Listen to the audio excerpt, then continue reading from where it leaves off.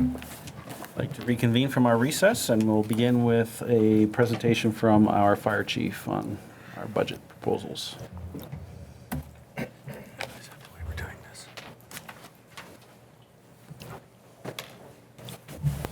Chief? Thank you, Mayor and Council. Thank you. So today I don't have much of a presentation.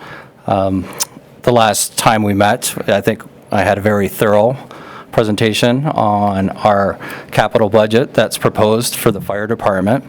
And then as far as our operating budget goes for 2020, what we're proposing this year is basically to keep all of our budget lines the same as they were in 2019.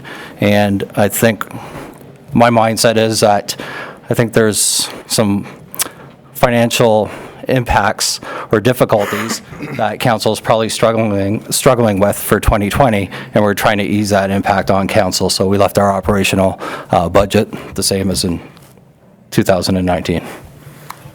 Okay, thank you, Chief. We appreciate that. There are struggles we're having with the funding. Each year is a new year with the provincial government, whether they're maintaining the funding levels from the previous year. So we truly appreciate that. Open up to Council. Councillor Bulmer. Well, there is the component in there of the cost of replacing the fire truck with a commercial chassis and a custom cab. And I'd like to discuss that. Is this an appropriate time, I believe?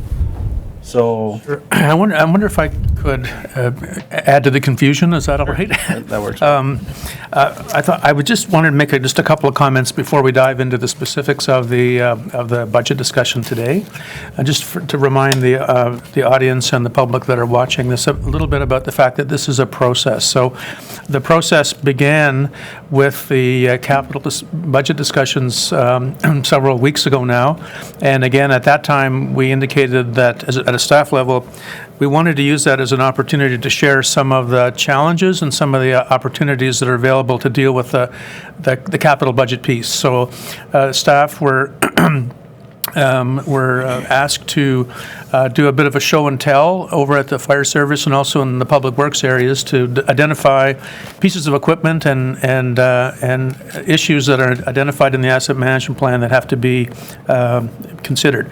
So following that, we came back. We had a conversation about, or discussion about a capital budget, recognizing that there were a series of questions that were asked, and they're included in the Treasurer's report. Later on in this presentation today, there will be an update from the Treasurer on the operating budget. And again, you're not making any decisions. There's a couple of decision points that have to be made, but for the most part, it's important, I think, for the public to be aware of the fact that this is a budget which is being built in stages. So we're had a conversation or discussion about the capital budget. We'll be talking about the operating budget today. The budget itself will be considered and approved by council in January. So the idea is that we still have not got the assessment roll returned, which is the revenue side of the ledger, back from MPAC, who are the organization that are responsible for doing property assessments. So that information will be provided in January, and that'll be the revenue side. And then in January, that's when you make choices. That's when you look at the revenue side, the expense side, and have a debate or discussion about what's added, what's deleted, what's moved around. So today, the budget presentations that are being made, again, relate to fire. The chief has talked about the capital side of things, and he is basically standing pat in terms of the operating side. But there were questions that were asked of the chief following our meeting over at the fire station, and they're outlined in the report. But I think it's a great opportunity to ask the chief directly about some of those questions in public. I should have mentioned that. Sorry. I appreciate that, Mr. CEO. One of the questions was replacing the status quo truck versus the custom cab, and I see there's quite the discrepancy, and it could be 35,000, it could be up to 135. So I look forward to the process of maybe narrowing down that number, because if we can get, the way I look at it, the custom cab could be considered, you might not approve of this language, but the Cadillac, and if we can get the Cadillac for only an additional $35,000, I think that's a good buy. But if it ends up being, $130,000, $140,000, but as the Mr. CAO mentioned, this is just we're building this budget. So, and if you may want to comment on that. I'll leave that up to you. Sure, I'll comment on it. Okay, so this has been a long process in regards to doing our due diligence when it comes to researching our requirements for a new rescue truck. So we formed a 9-member committee. This committee is formed of our fire suppression captains, chief training officer, senior management on the fire department, he's almost a emergency vehicle technician, and that's an employee that we have as a firefighter on Post Lunch. And also we hired a consultant to sit in on our committee. That consultant has worked in the private sector. He worked for a company that not only sold fire trucks, but he actually worked on fire trucks. He now works in the public sector and runs a mechanical division for a larger municipality. So in doing so, also I'd like to mention that this committee has over 200 years of fire service experience. This committee determined what our needs are based on a budget that I gave them of $520,000, which is the budget that was formulated for a new rescue truck. Within that budget, we feel that we can meet all of our specifications and all of our needs to deliver the service level that's been asked upon us by council to the residents and visitors to our township. And within that 520, we feel that the increased safety measures of, call it a custom cab, a cab over design, non-commercial, whatever you want to call it. It's basically a cab that sits over the engine and increases usable space and safety measures of the fire truck is well worth it and would meet our financial requirements of the 520. So that's where we stand on that as a committee. If council, it's hard for us to determine until this goes to an RFP what the difference in cost might be.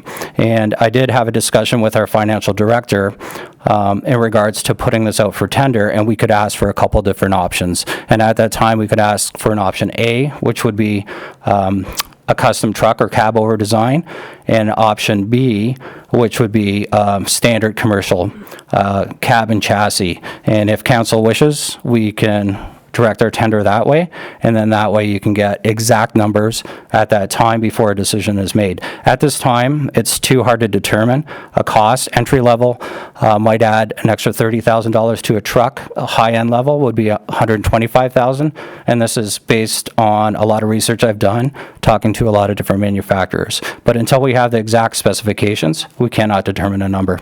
But I'm fully confident that based on going to fire halls, seeing new fire trucks that were recently received in neighboring municipalities, going to a trade show, talking to manufacturers, that we can achieve our desired fire truck within the $520 that's budgeted for. 520 is perfect. Oh, 520,000, my apologies. We knew what you meant. It's already been changed. Sorry, too late. Too late. You said it. It's a dinky car. Fred Flintstone, you got to pedal it with your feet.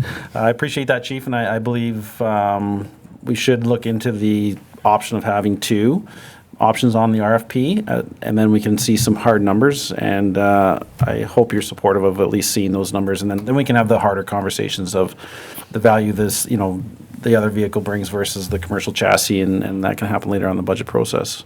I agree 100%, and that's the only way to really determine, if you're looking at dollars and cents, what it's going to come across as, and that's the only way we can compare the two. We want the stakeholders to at least investigate that route and look at it. So I'll open up to Councillor Palmer. Sorry, Councillor Spillis first. Yes, I'm glad you made the proposal of going out to the market both ways. It certainly is more of a transparent process for all of us, including our residents who are the ultimate taxpayer. With respect to the fact that you go on the Highway 401 quite a bit, I can see the advantages of this cab over engine design, strictly from a safety point of view. But we'll see what the dollars come in at, and thank you for being receptive to that idea. You're welcome. And just to add a little bit of information to what you stated about the 401, last year 27% of our calls were on the 401, and the rescue vehicle is our lead vehicle, so it's the first arriving vehicle to incidents on the 401, so we would appreciate those added safety measures for sure for our firefighters. Okay. Councillor Bomer. Thank you. Are we limited just the truck right now, or? If it's in his report that he provided, then Yeah, it was in, okay, so, I thought it was I understand completely, I support the direction we've already talked about there. But you did mention that we have almost a emergency vehicle tech in the fire department. And I noticed in the report that it mentioned that, minor cost, they're getting a new one of the new memberships was the Emergency Vehicle Tech Association of Ontario, we're saying. Can you help me understand what's the difference between a vehicle tech and a licensed mechanic? I'm not an expert on this matter, but he is a truck mechanic. This firefighter, he actually works on buses for a larger municipality. But to work on certain aspects of fire service vehicles, you need to be a licensed emergency vehicle technician. And he's getting close to receiving that status. And to attend certain seminars, he needs to be part of the association. The dues are $100 a year, but we do want him to attend these seminars so that he stays up to date with current practices and techniques, whatever he needs to know to service our vehicles. But because of doing it in-house, I think there's huge savings in doing so. Okay, so he's already a mechanic. He's already a licensed mechanic. That's correct. Okay, so this is just to extend, but is he already doing the licensed mechanic work on the trucks, or just if I understood you correctly, you need to have this other emergency vehicle technician certification to work on the emergency vehicle parts, but you still need a licensed mechanic to work on the regular truck parts? That's correct. So right now, his work that he does for us is very limited. He's learning from a mechanic that we've hired on contract. That's a full-time fire service mechanic for a larger municipality that comes in to repair our vehicles, and he kind of works under his umbrella and his guidance in the meantime. But we're hopeful that he'll get the status fairly soon, and that way we'll have the flexibility of having him do some in-house work and also have the availability of this mechanic to come in on a contract basis to service our vehicles. Right, so from an operational perspective, we'll be able to deal with the fire truck components in-house, and we'll only have to bring someone in for the truck components. Is that? No, they can deal with both components. They have licenses for both, and just so you're aware, we were using basically a truck mechanic previously, and we decided based on NFPA standards that we needed to, if we wanted to comply with these standards, to utilize an emergency vehicle technician, and we have done so, and we've seen considerable cost savings actually by doing so. Okay, super, thank you so much. Thank you. I support the direction we've already talked about, and I'm glad you're open to that as well. I certainly appreciate that you've done a lot of work and research into this fire truck. So, but to Councillor Sapoulis's point, with the 401, I know that when we did the tour, you talked about the impact, the improved. Something about the impact, so that if another truck comes and hits you from behind, I thought that was an important point at the time, and I've kind of forgotten what you said. Can you just touch on that again? Sure. That added safety component of the impact? Okay. With the cab over design or custom design, whatever you want to call it, during crash tests that they've done, the frontal impact forces that can be tolerated are double for a cab over design, so they can tolerate twice the force impacted on it. And when it comes to a rollover, they have 5 times the strength of a commercial cabin chassis. Also, what we do to protect not only ourselves but the people that we're servicing on the 401 is we have a sequence of trucks that arrive on scene to the 401, and first of all, it's the rescue that goes out because that's got our extrication tools on it and a variety of other tools. Then we supplement it with a pumper truck just in case anything might catch on fire and to get more personnel on scene. And then we utilize a third truck, which is a tanker, a very heavy vehicle, as a blocker vehicle to protect everyone that's on the 401 there near the scene of the accident. We also receive cost recovery from the province to do so for all 3 vehicles, and that's because it is a provincial highway that we're servicing, so they assist with our costs on that. Okay, but the rescue truck doesn't get used as the blocker truck. No, it's basically a toolbox on wheels. It's a utility vehicle, and it doesn't have the weight requirements to do so. Okay, thanks. Thank you, Chief. I appreciate your report, and I look forward to the future conversations. While you're here, Yep. we're gonna maybe deal with the firehouse subs Sure. program. So, I'll. I was wondering, do we need a motion with respect to going out to tender? So I'll let the CEO. I can talk to it. We will include in the council direction what you directed us to do, having an option A and option B in our request for tender documentation as part of the council meeting minutes. Good, thank you. No problem. And we have an omnibus motion for the end. It seems it's really big. Anyways, so I'm going to read this motion, then the councillors may have an opportunity to ask you some questions. So moved by Councillor Goyda, seconded by Councillor Spilos, that report Fire 2019-009 regarding the Firehouse Subs Public Safety Foundation of Canada execution of funding agreement be received, and the council enact a bylaw authorizing the entering into a funding agreement with Firehouse Subs Public Safety Foundation of Canada for the purchase of Paratech VSK Highway Stabilization Kit and water rescue equipment, and that council authorize the purchase of the Paratech VSK Highway Stabilization Kit and water rescue equipment in 2019 to be fully funded from the Firehouse Subs Public Safety Foundation of Canada grant. Okay. Questions or comments? It's pretty straightforward. I'm fully supportive. I'm glad staff are looking innovative ways to find extra money to pay for the things we need and not rely entirely on our residential tax base. Okay. Oh, Just Mr. throw one CEO. quick comment. I think when we did the tour, the deputy chief identified what the need was. And I must commend the fire service, the chief and the deputy chief, as well as our treasurer, as to your point, is always finding other sources of revenue. In this case, like 100% of the cost is being provided through a grant program, which is remarkable. The earlier on we had the discussion about the ball diamond piece. Mary finds these grant programs, applies for programs as the first source of revenue, as opposed to the taxpayer being the first source. And Mary's been very successful in securing $150,000 on the soccer piece through the Ontario Trillium Foundation. Was able to source this program on the infrastructure program, and get it done in a timely way because our deadline's of the 12th of November on that program. So it's really as I'm passing through my time here, I'm really continually impressed with the fact that staff are resourceful, find grant programs, and not always go to the taxpayer to try to find sources of funding. Thank you, Mr. CEO. Councillor Bulmer? I concur. This is, I'm pleased that found another source of revenue to support the replacement of important pieces of equipment and to acquire other pieces that we might need. I seem we had some stabilization equipment before on the trucks, but I couldn't remember if it was exactly the same as this.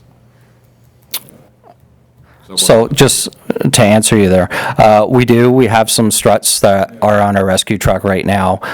However, they are limited to the weight that they can handle. So these Paratech struts that we proposed through our capital budget, they support double the weight basically. So they can support a transport truck, a dump truck, the heavy vehicles that sometimes we encounter on the 401, and actually they could tolerate some of the weight that we might come across when it comes to any agricultural accidents that might happen on a farm and that sort of thing. So I think it's good. We can knock off 2 items of our 6 that we proposed with our capital budget item, one being the rapid deployment watercraft that we had, and the second being the Paratech struts. Also within that budget, we will be utilizing some of the money for some water rescue equipment that would have came out of our operational budget in the future, and we hope to use those funds for other pieces of equipment that are needed within our fire department.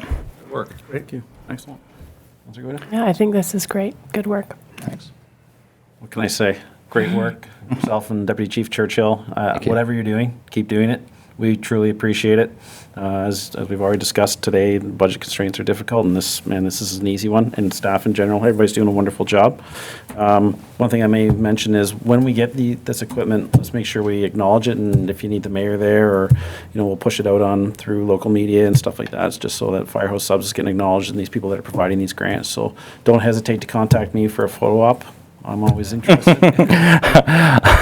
Roger, I appreciate that, and definitely that is a stipulation of the contracts in receiving this grant funding. So we did receive our coveralls already from Jenny's Heroes. However, we had a representative come and size us all up, and 10 of the 30 aren't fitting, so we have to send them back and get refitted.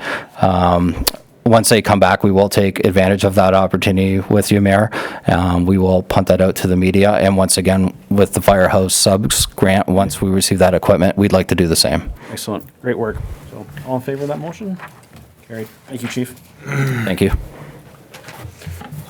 Report is done. Now, Mr. Fowler, do you have anything to report, or are you just gonna, or shall we just open it up to questions for you? I would, as far as our last meeting, as far as regarding capital, I informed members of council and yourself, Mr. Mayor, that we were able to purchase a new tandem axle plow truck. Should be here for the end of the 2019 season. The history behind it was a demonstration unit that was supplied by Viking Savez as a demonstration for trade shows. They, in kindness out of them, they decided to let go of the unit early for us to have the opportunity to purchase it. By us purchasing it as a demonstration unit, we saved about $20,000 off a regular, we'll say build price for the 2019-20 season. It has about 17,000 kilometers on it, not plowed, just regular driving hours and kilometers. By no means should this affect the unit at all. And we're looking forward to having a better truck for one of our routes. Less downtime, hopefully, and basically this truck will be loaded once and be able to do its entire route in one pass. So again, thank you for the opportunity. And other than that, we've successfully acquired 3 people for our seasonal positions for winter. 2 of them will be starting next week, the 3rd in mid-December. So we now have bodies for the seats. So. Are you not going to talk about your backhoe? Well, I just want to make, we also have possibly secured a backhoe for the 2019 season. It was the last one in Ontario through the vendor Strongcoat, which we were able to jump on the tender with the County of Wellington. They kept it for us. So basically, once this pre-budget approval is good, 1 phone call and the attachments will be started to be put on, 8 to 10 week delivery. So again, maybe the end of January. And what were the savings on that one? By The savings worked out to about $15,000 with tendering with the county. We were able to obtain some very nice pieces of equipment attachments for this unit, which will benefit us drastically with our ditching program and just ease of switching attachments on and off as far as reducing manpower and time in the shop. Excellent. Okay. We'll open up to Councillor Spillis. Yeah, good work. Just curious, do you have to compete with the County of Wellington for drivers? Well, I kind of had we had some people recommended through us through current staff, and they turned out to be highly qualified and eager. And yeah, I kind of jumped the gun on the county. So yeah. That's great. Good news. News, yeah. Councillor Bummer? Yeah, thanks. Good question from Councillor Spoulos. We went up to, I had a meeting up north of Fergus, and driving past the county yard, they had the sign up, drivers wanted. So they're out there looking too, so good for you. Question about what's the difference in blue salt and white salt? Blue salt, is currently the type of rock salt that the county of Wellington is using. It is basically rock salt, but is infused with magnesium chloride. The difference, or the preference, is that it basically reacts faster. So the blue salt has Yes, it magnesium will. chloride. Yes, it does. Okay. That's what, it can either be blue or pink. Oh, right, okay. Depending upon whatever the color they choose to use. The magnesium chloride, once it's infused in rock salt, the reaction time for melting is about cut in half. So basically, as soon as it hits the road, it begins to melt, activate. Whereas you would have a little longer period of, especially with no traffic volume, the salt to activate and start to work.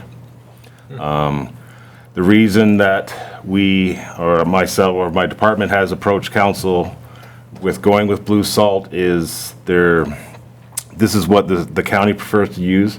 We rely heavily on the county for storage, ordering, utilizing their front-end loader to load all of our trucks quickly. It was their request due to capacity issues and just ease of ordering that they would like to just order normal sand and the blue salt, where currently in the past, they would bring in white salt for us at a lower cost to us. But because of capacity issues, they would really like us to start using blue salt. By doing so, I'm confident that with the reaction times as far as melt, we will reduce truck time, employee time, and also fuel, because the trucks won't have to go back into the route so many times, because you'll get a faster result.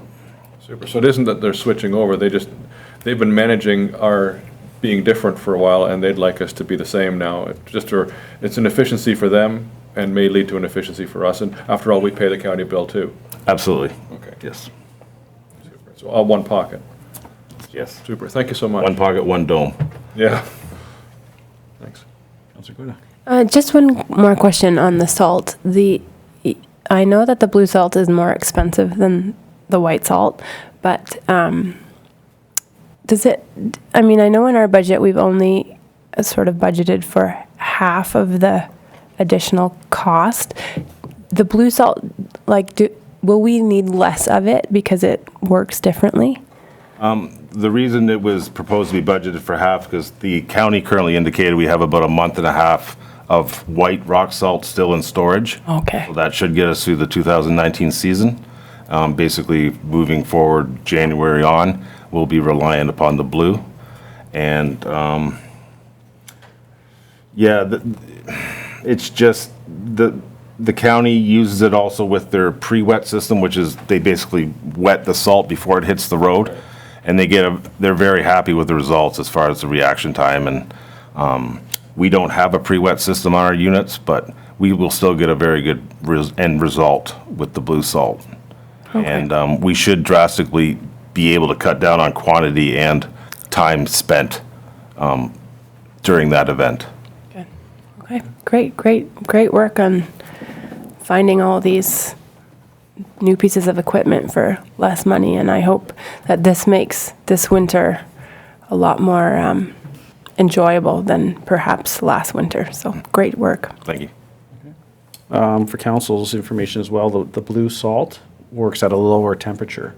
So the white salt starts to drastically drop off on its performance below it. About minus 15 it works until. White salt usually stops working around minus 10 to minus 11.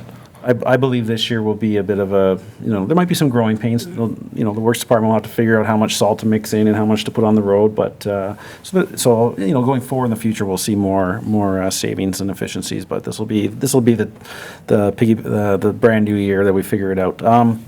Question for you: what's the plan for 304, the one we're replacing? Basically, 304 will be decommissioned as soon as the new truck is arrived and properly calibrated. From that, from judging for possibly tonight and then into Monday, we are calling for some accumulable snow. Unfortunately, it will have to go out for us to supplement our routes. Okay. When you and I had a discussion that the last Brian's Farm Machinery auction has come and gone, and that it might be placed out in the shed there, I was asking around a little bit, and I believe there's other neighboring municipalities that use a online auction. Is there any appetite to, once we have the replacement truck, listed online as at that auction? Yes, I've been in talks with Paul Armstrong at the county fleet manager, and it's Okay. called govdeals.com. Yep.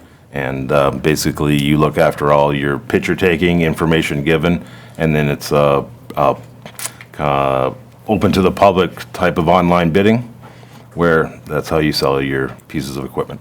And I don't want to promote not supporting a local company, but we're in a situation where we want to get the best value for this vehicle, and if it sits over another year and then not being used, then it could open up a can of worms. So I'd like to see it get to auction as quick as possible, so. All right, any other questions for him? All right, we're going to move on to Mary Hassan, but I think the Mr. CAO wants to. No, I said what I was going to say. Okay, so Director of Finance? Okay, so just to build upon what our CAO has indicated, so we had our capital workshop on September 25th. Now we're building upon the capital budget and folding in the operating items today. As the CAO indicated, this will be an iterative process, and this report discusses the high-level impacts of the current proposed budget. In December, we will receive the returned assessment roll, and we'll be able to see what assessment growth we have and the impact on the median single-family home based on our proposed budget at that time. So I'll just quickly go over some of the headings in the report.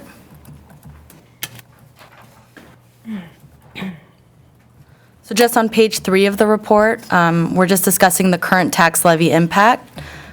Based on where we are right now, the tax levy impact is 1.51%. That's the base tax levy impact. There are some decisions that can be made at a future budget meeting date that will result in an increase to this amount. But the estimated 1.51% tax rate includes several different things. So it includes some decreases in some expense accounts. It also includes some increases in some revenue accounts, just based on recent announcements that were made. It includes the winter maintenance base budget increase related to the blue salt that was discussed. It includes some adjustments for salaries and benefits based on reports that were prepared earlier this year. It includes some unavoidable cost increases such as Manulife benefits, CPP, and salaries and benefits based on the COLA that's being recommended, so the cost of living adjustment. So at a future budget meeting, I will present the community grants requests. Currently, the budget includes the same amount as last year. There will likely be some tax levy increases associated with our municipal insurance program from Frank Cowan. They will be presenting to council at an upcoming council meeting. So we do have our compensation review currently being undertaken, and that will be presented at a future council meeting, but an amount of approximately $50,000 has been estimated as of right now. And there will be some considerations out of the gravel road study that should be incorporated in the budget if council directs staff to do so. There's also the new requested sidewalk by the Aberfoyle Public School that is currently not incorporated in the base budget. And so that's part of the whole process as we get our returned assessment roll and determine the final impact. And also, it doesn't include any tax levy increases associated with further phasing of the Cambridge Fire Services contract. So as part of our 2019 budget, council directed staff to phase in 1/4 of the costs for this contract. And so the amount in the 2020 proposed budget is just the same as last year currently. So the next section in the report, which you guys have obtained, answers from department heads, it just discusses some of the direction that came out of the September 25th council meeting as it relates to the capital budget items that were proposed.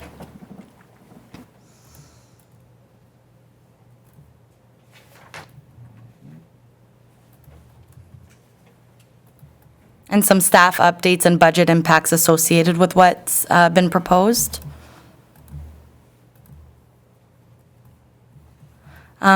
There's a section in the report that discusses the discretionary reserve contributions and what was recommended as part of our asset management plan.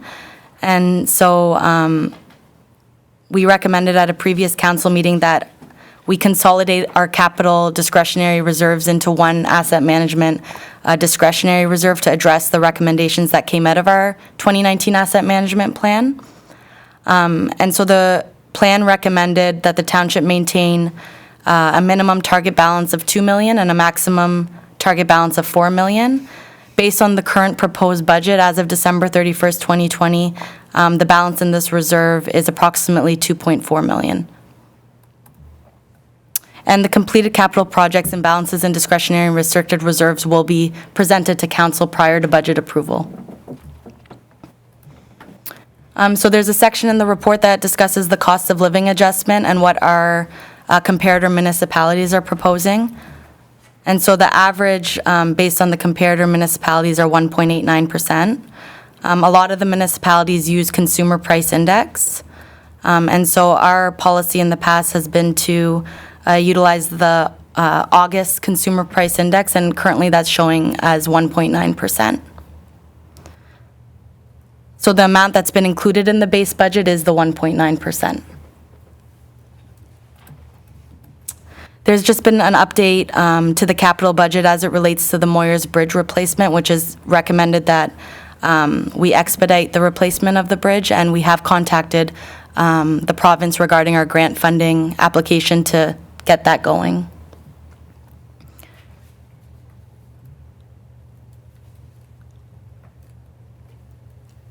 So there was some direction from council at a previous council meeting to review the staff expense policy as it relates to a consistent uniform policy amongst the departments. And so there are some recommended changes in the report as it relates to the staff expense policy, and also having a 2020 only one-time base budget increase of $2,000 to equip the Public Works full-time permanent staff with seasonal attire incorporating appropriate township identification.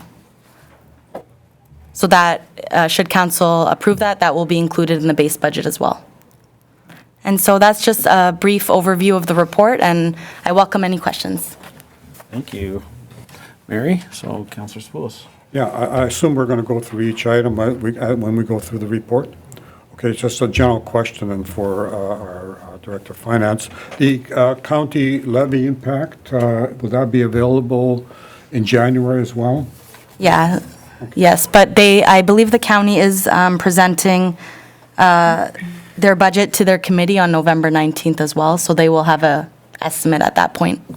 Okay, fair enough. So in terms of the process, January is when we do the plus minus on what we want in and out, so presumably 1 month later it will be the final budget? So in the past, we have approved the budget either in January or February, like the second meeting in January or February. Our public information meeting for the budget is set in the middle of January, so based on the input that's received through that process, it could very well be that the budget is finally approved and passed in February. Thank you. Councillor Spoulos, the financial report is the next thing we deal with, so if you have specific questions to it, you might as well just carry on. Oh, okay. I think it's a very long report, so I think perhaps we just go item by item through here because we'll get everybody buy-in on each item rather than have sort of mishmash of discussions. So I'll just read this motion, just receiving the delegations from staff. Moved by Councillor Ballmer, seconded by Councillor Spoulos, that council receives the following presentations regarding the 2020 proposed budget. 1, Louis Gomes, Fire Chief, Fire and Rescue Service Department. 2, Mike Fowler, Supervisor, Public Works and Facilities. 3, Mary Hassan, Director of Finance / Treasurer. All other, and that staff proceed as directed. All in favor? Carried. All right, I gotta get to the top. Finance. This might take a while.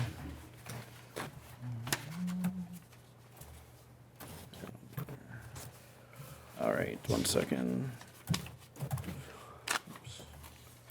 Okay. We're on communications. Well, reports is next. Yeah. Oh, I thought we're going back to the original. Want to go back? Oh, yes, I guess we should go back. Sorry, you're right. Thank you, Councillor Spoulos.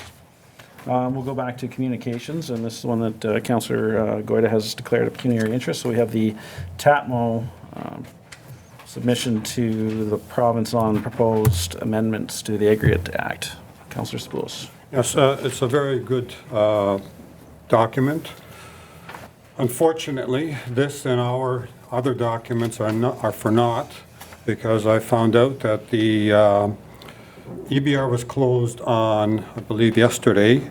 Yep. And the province has issued the first reading of Bill 132, which under Section 16, I believe, they've already are talking about changes to the Aggregate Act as was laid out in the EBR.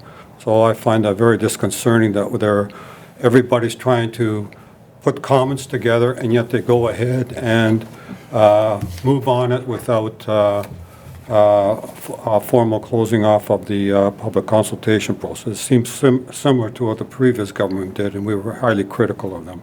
So my suggestion is that we ask the CAO and the mayor to pen a letter to our MPP voicing dissatisfaction with the current process, where we all honestly and diligently put our best foot forward and made learned and constructive comments, and yet to be blindsided by this process that's gone well before the EBR closed.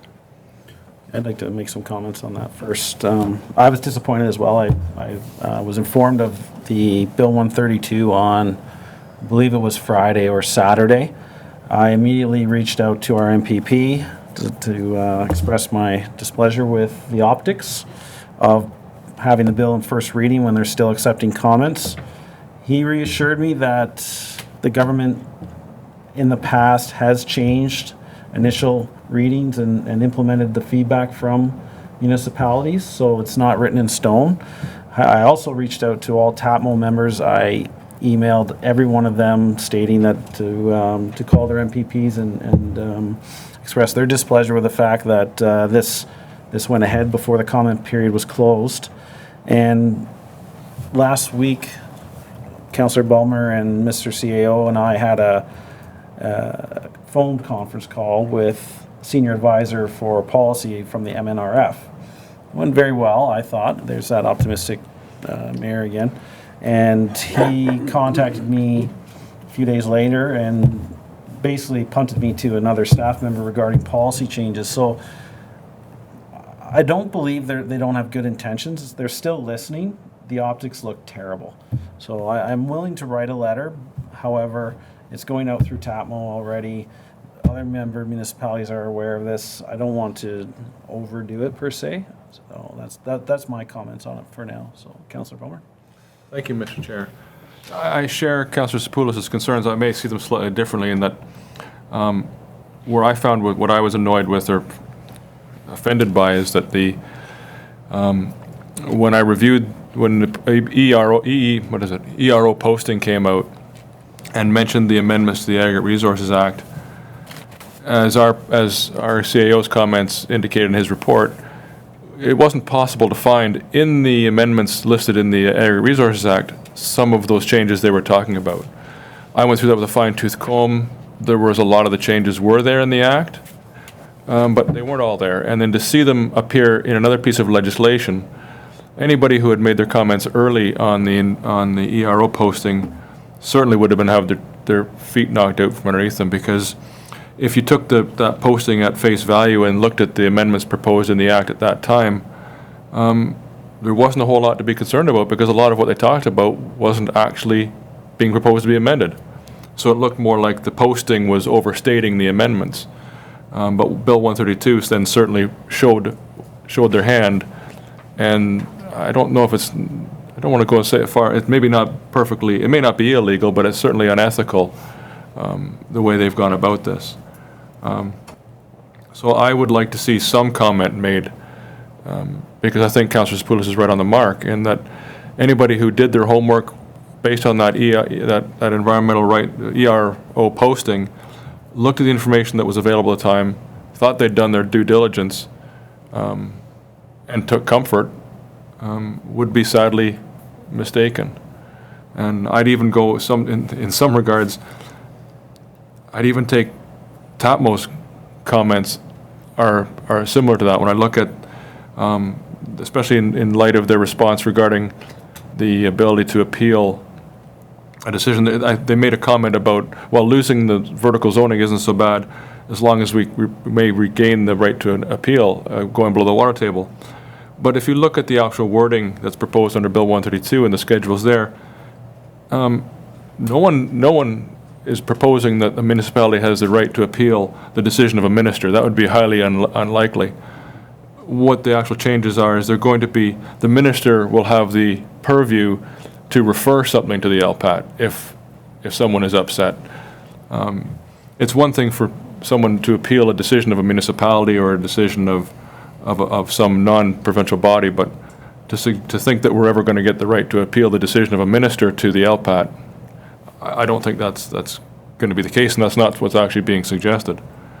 So that's, in one regard, I see that's, Tapmo has already made comments based on how the ERO posting was worded, but which doesn't reflect the actual reality of what's being proposed. So, thank you. Go back to Councillor Spoulos. Having already reached out to MPP Ted Arnott and expressing my displeasure, would you still prefer a letter to be penned immediately, or are we comfortable with waiting a week or two to see what Tapmo, what responses we get, and maybe in my mayor's update next council meeting I can provide some background? Let's see what Councillor Gord has to say. She declared a... Oh, I'm sorry. Yeah, Councillor Bowman, you nodded your head. What was your nod for? I'd like I think if we could have something prepared for our next council meeting, I think it'd be better than, I was busy with my head in the budget and with other issues over the weekend. I too only learned about it on Friday, had a brief comparison, but I think certainly our CAO would probably need some time. Tapmo was going to need some time to digest all this, and then we can have an informed response prepared for our next council meeting. Okay, you capture that? Yes, okay.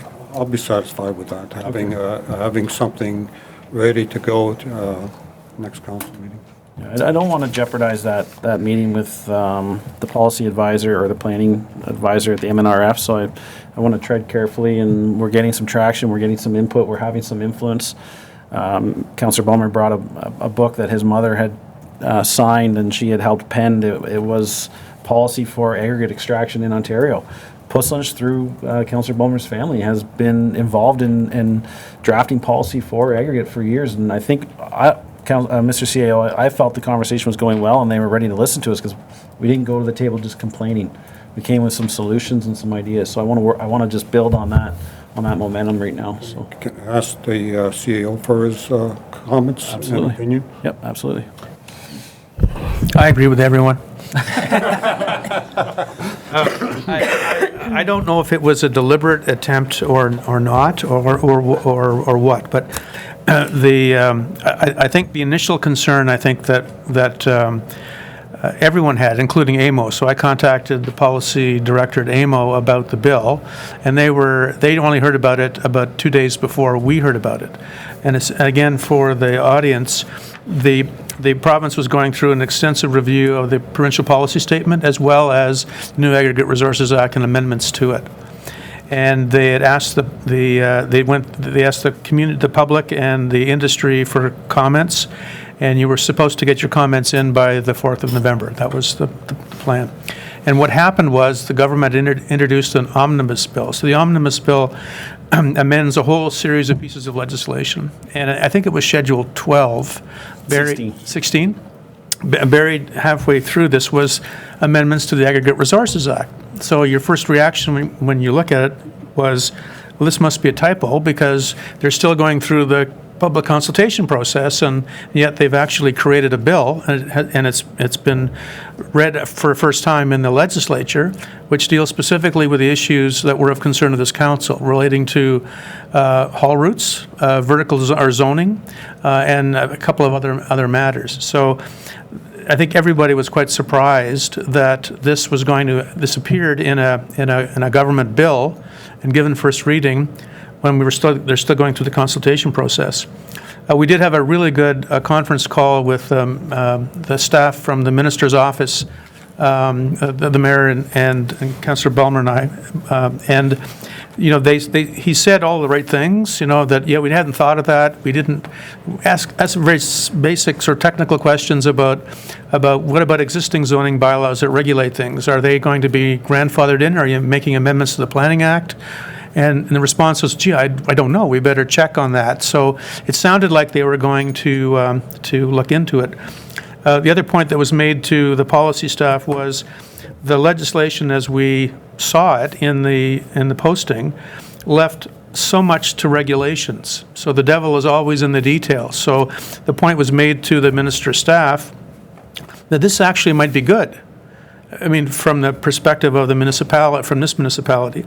But we simply don't know, because they talk about more transparency, more opportunity for the community and the public to be involved in the decision-making process.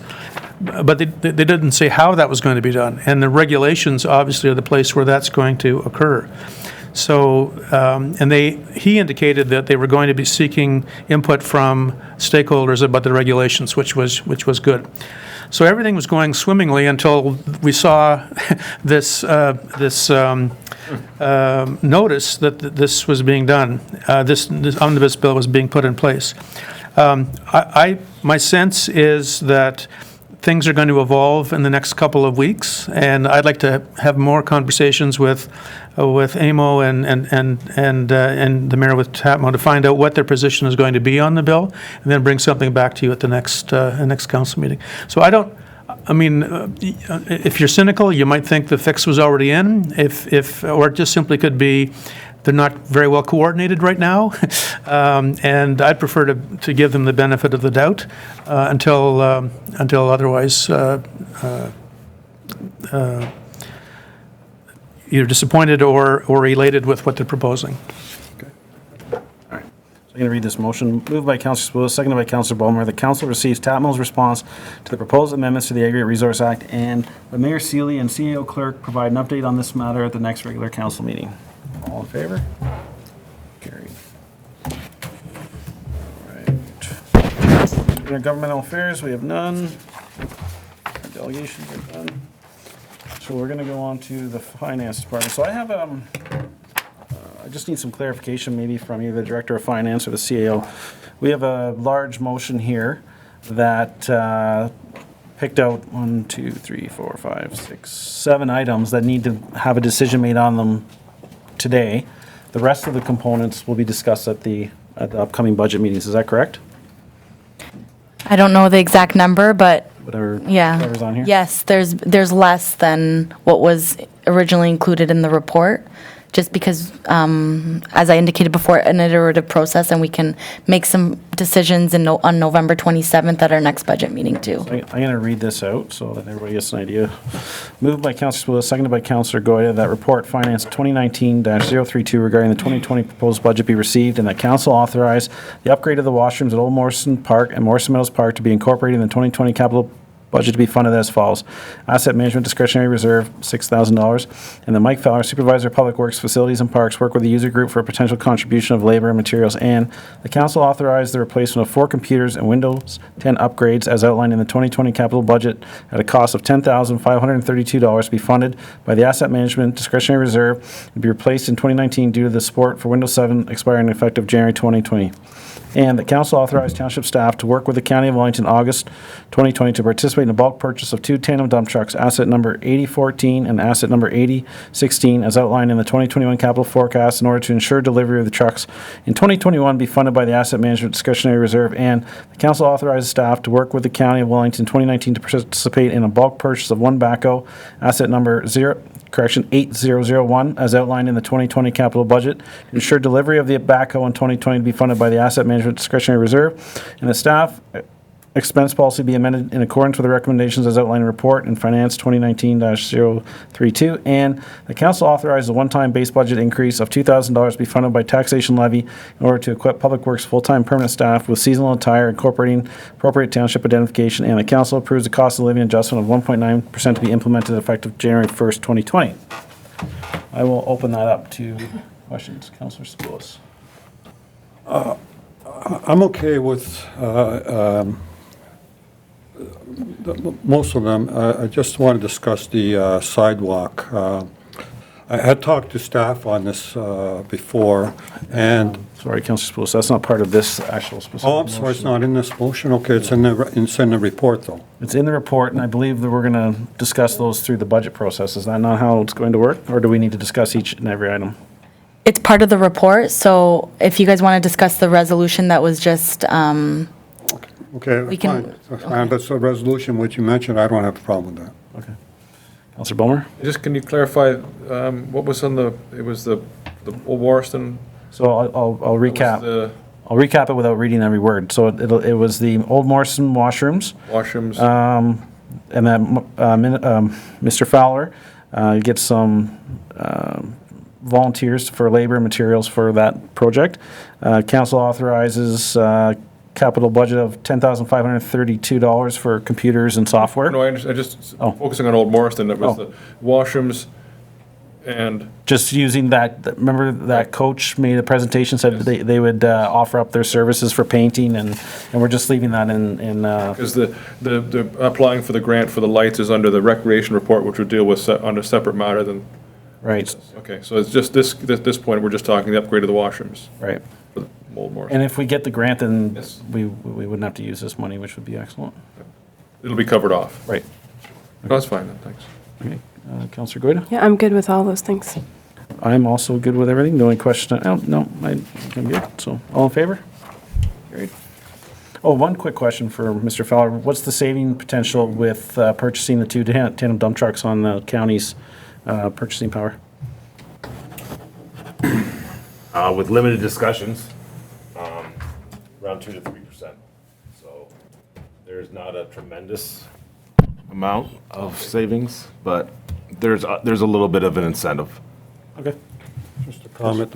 My previous experience, nobody wants to reveal their cards before tendering. So once the Right. tendering goes in, that's when you get the actual numbers. Excellent. Okay. All right. We can pass that one, right? Laugh at me, the bank, I bring in checks. Yeah. I don't think we're going to do budget line by line today. We're having a separate budget meeting in November. If is that a fair statement, that at a subsequent meeting, we're going to dive deeper into the budget and then go line by line? So Are you talking about the operating budget? both capital and operating, I believe.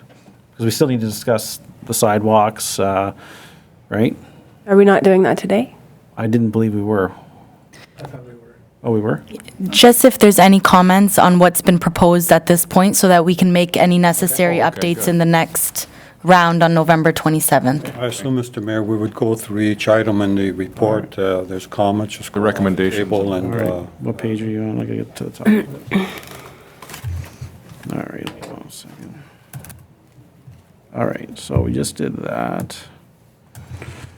So the first one you're on is the bring forward the debt management policy. Is that the first one? Let me see. Okay, so I can just discuss what was not included in that resolution, and I think that would help. Great.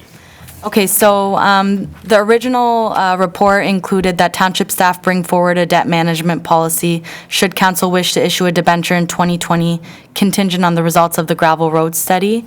And so there's some discussion in the report regarding what the annual principal and interest repayments would be to issue debt of approximately $1 million. But that's, council can direct staff to change that analysis or to report on this differently at the November 27th meeting if you have any questions or. We'll start on that one. So Councillor Spools. Yes, I'd like to have an idea of what the first project would be for converting a gravel road to a paved road before I make a yay or nay or whatever it is with respect to the going out and borrowing money. If we're looking at something that's $500,000, that's one thing, but $1 million, I think, over 10 years is a big price tag. That's 3-4% extra, and I don't think we can afford that. Okay, Councillor Bulmer. Okay, I was going to talk about something a little different. I was going to talk about the debt management policy, which in the report, it talks about having is it called the debt management Yeah, debt management policy. In the report, it speaks to having a debt management policy in place prior to issuing the debenture. But in the recommendation, it says that it will come after we decide whether we're going to issue a debenture or borrow to pave a road. I prefer the way it's in the report rather than the way it's in the recommendations. I'd like to see that we move ahead with that policy regardless of whether we decide to go ahead with a debenture or not, so that, because as part of the asset management plan in the future, we're going to need this policy anyway. So if we could just change the wording in the recommendation on the first page that talks about developing this policy as being contingent on deciding to get a debenture or not, it just clarify that it's something I think we should do anyway. Okay, so I think what I hear from you, Councillor Ballmer, is that the recommendation should just say that township staff bring forward a debt management policy. Absolutely, yeah. Okay. And not make, and more in line with what you had before, prior to considering any debentures. You know. Okay. Thank you, because I agreed with how you put it in the report. Thank you. Thank you. Councillor Goyda? Yes, I have a couple questions about the debenture. My first question is just, there's this number of $1 million, and I'm just wondering if why that number? I'd like to be able to tell you there was science to this. There's not. So essentially, and this was my idea. I know that there was a recent hard surfacing program or project that was undertaken by the municipality. My understanding was roughly $800,000 was the cost. So that was one issue. The second issue was we're going through this study, and my thought was it's frustrating for a municipality to go through the effort of doing a study to determine which roads are available, or should be designated as roads that require hard surfacing. And then when the report then is approved by council, then they turn to the treasurer and say, so is it in the budget? And the answer is no, we didn't budget for it for this year, so you got to wait for a subsequent year. So it's a bit frustrating. So the idea was simply and I asked the treasurer, what would a sort of seed money or a notional allowance of $1 million cost? So if to get an idea what that number is, because if you did decide to debenture something, the debt costs, the debt payments are included in your operating budget. Right. So it's a plug number. So what would that number look like if that was the ultimate decision, rather than going through the exercise and then saying, well, we're going to wait, for another year before we even have the conversation. So it was more of again, as part of this iterative process, thinking of a scenario to give effect to something if council decides to do it, and if it was done through debt, what would the payments be? So, because that number has to be plugged into your operating budget. That's the only mystery to all of this. Okay. And so then my next question is, how would that loan work? So, say we're going to take out this loan of $1 million, but we still have to wait on the results of the gravel road study. And realistically, that work, if we whatever work we decide to go ahead with, doesn't take place until July. And maybe maybe the first component of that project is only $300,000 or $400,000. Is it kind of like a line of credit where we would take what we need and pay only interest on what we're using, or do we take out the whole $1 million all at once, pay the full pot? Mary can speak to the mechanics. So depending on what we need, we would take out what we need by issuing a debenture through the County of Wellington. They issue on behalf of all the local municipalities. And so if we needed only $400,000, then that's what we would issue. Okay. It's not like a line of credit. You issue for the full amount. Okay. That you need. Yes. Okay. So you get the project, you identify it, it's 600 grand, you borrow 600 grand. But then if the next year we need another 400,000, it's already kind of budgeted for. Is that how it works? Then the following year, you would issue an additional $400,000. Okay, so you're only paying interest on what you're actually using. What you're actually issuing. Right, Yeah. okay. So this is basically just like a placeholder for it is. kind of like worst-case scenario. Is that, That's am I exactly understanding it. that correctly? That's it. We just wanted to plug in a number Right. and see what that meant, because again, frankly, we don't know all of the Right. information yet. Right. But it's, again, an input, and if at the end of the day, let's assume now you're in the end of January, and you're looking at all of these, this wish list and all of these costs. Right. And you have to make some decisions about moving things around or cutting things or deferring them, then at least you'll know at that point in time what that actually means in the context of the overall budget. Okay, so would there be any value, so in just looking at things the way they stand now, there's too much on the table, we're gonna have to take something off if nothing else were to change. Is there any value in understanding what it would mean to take out a debenture of $500,000 instead of $1 million? Is that make sense, or do you just assume it's half of what it is there?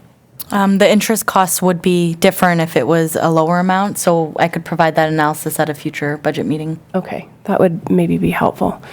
And the last question I have is, it talks about in the budget impact, it says the useful life of a hard surface road is approximately 20 years, as outlined in the township asset management plan.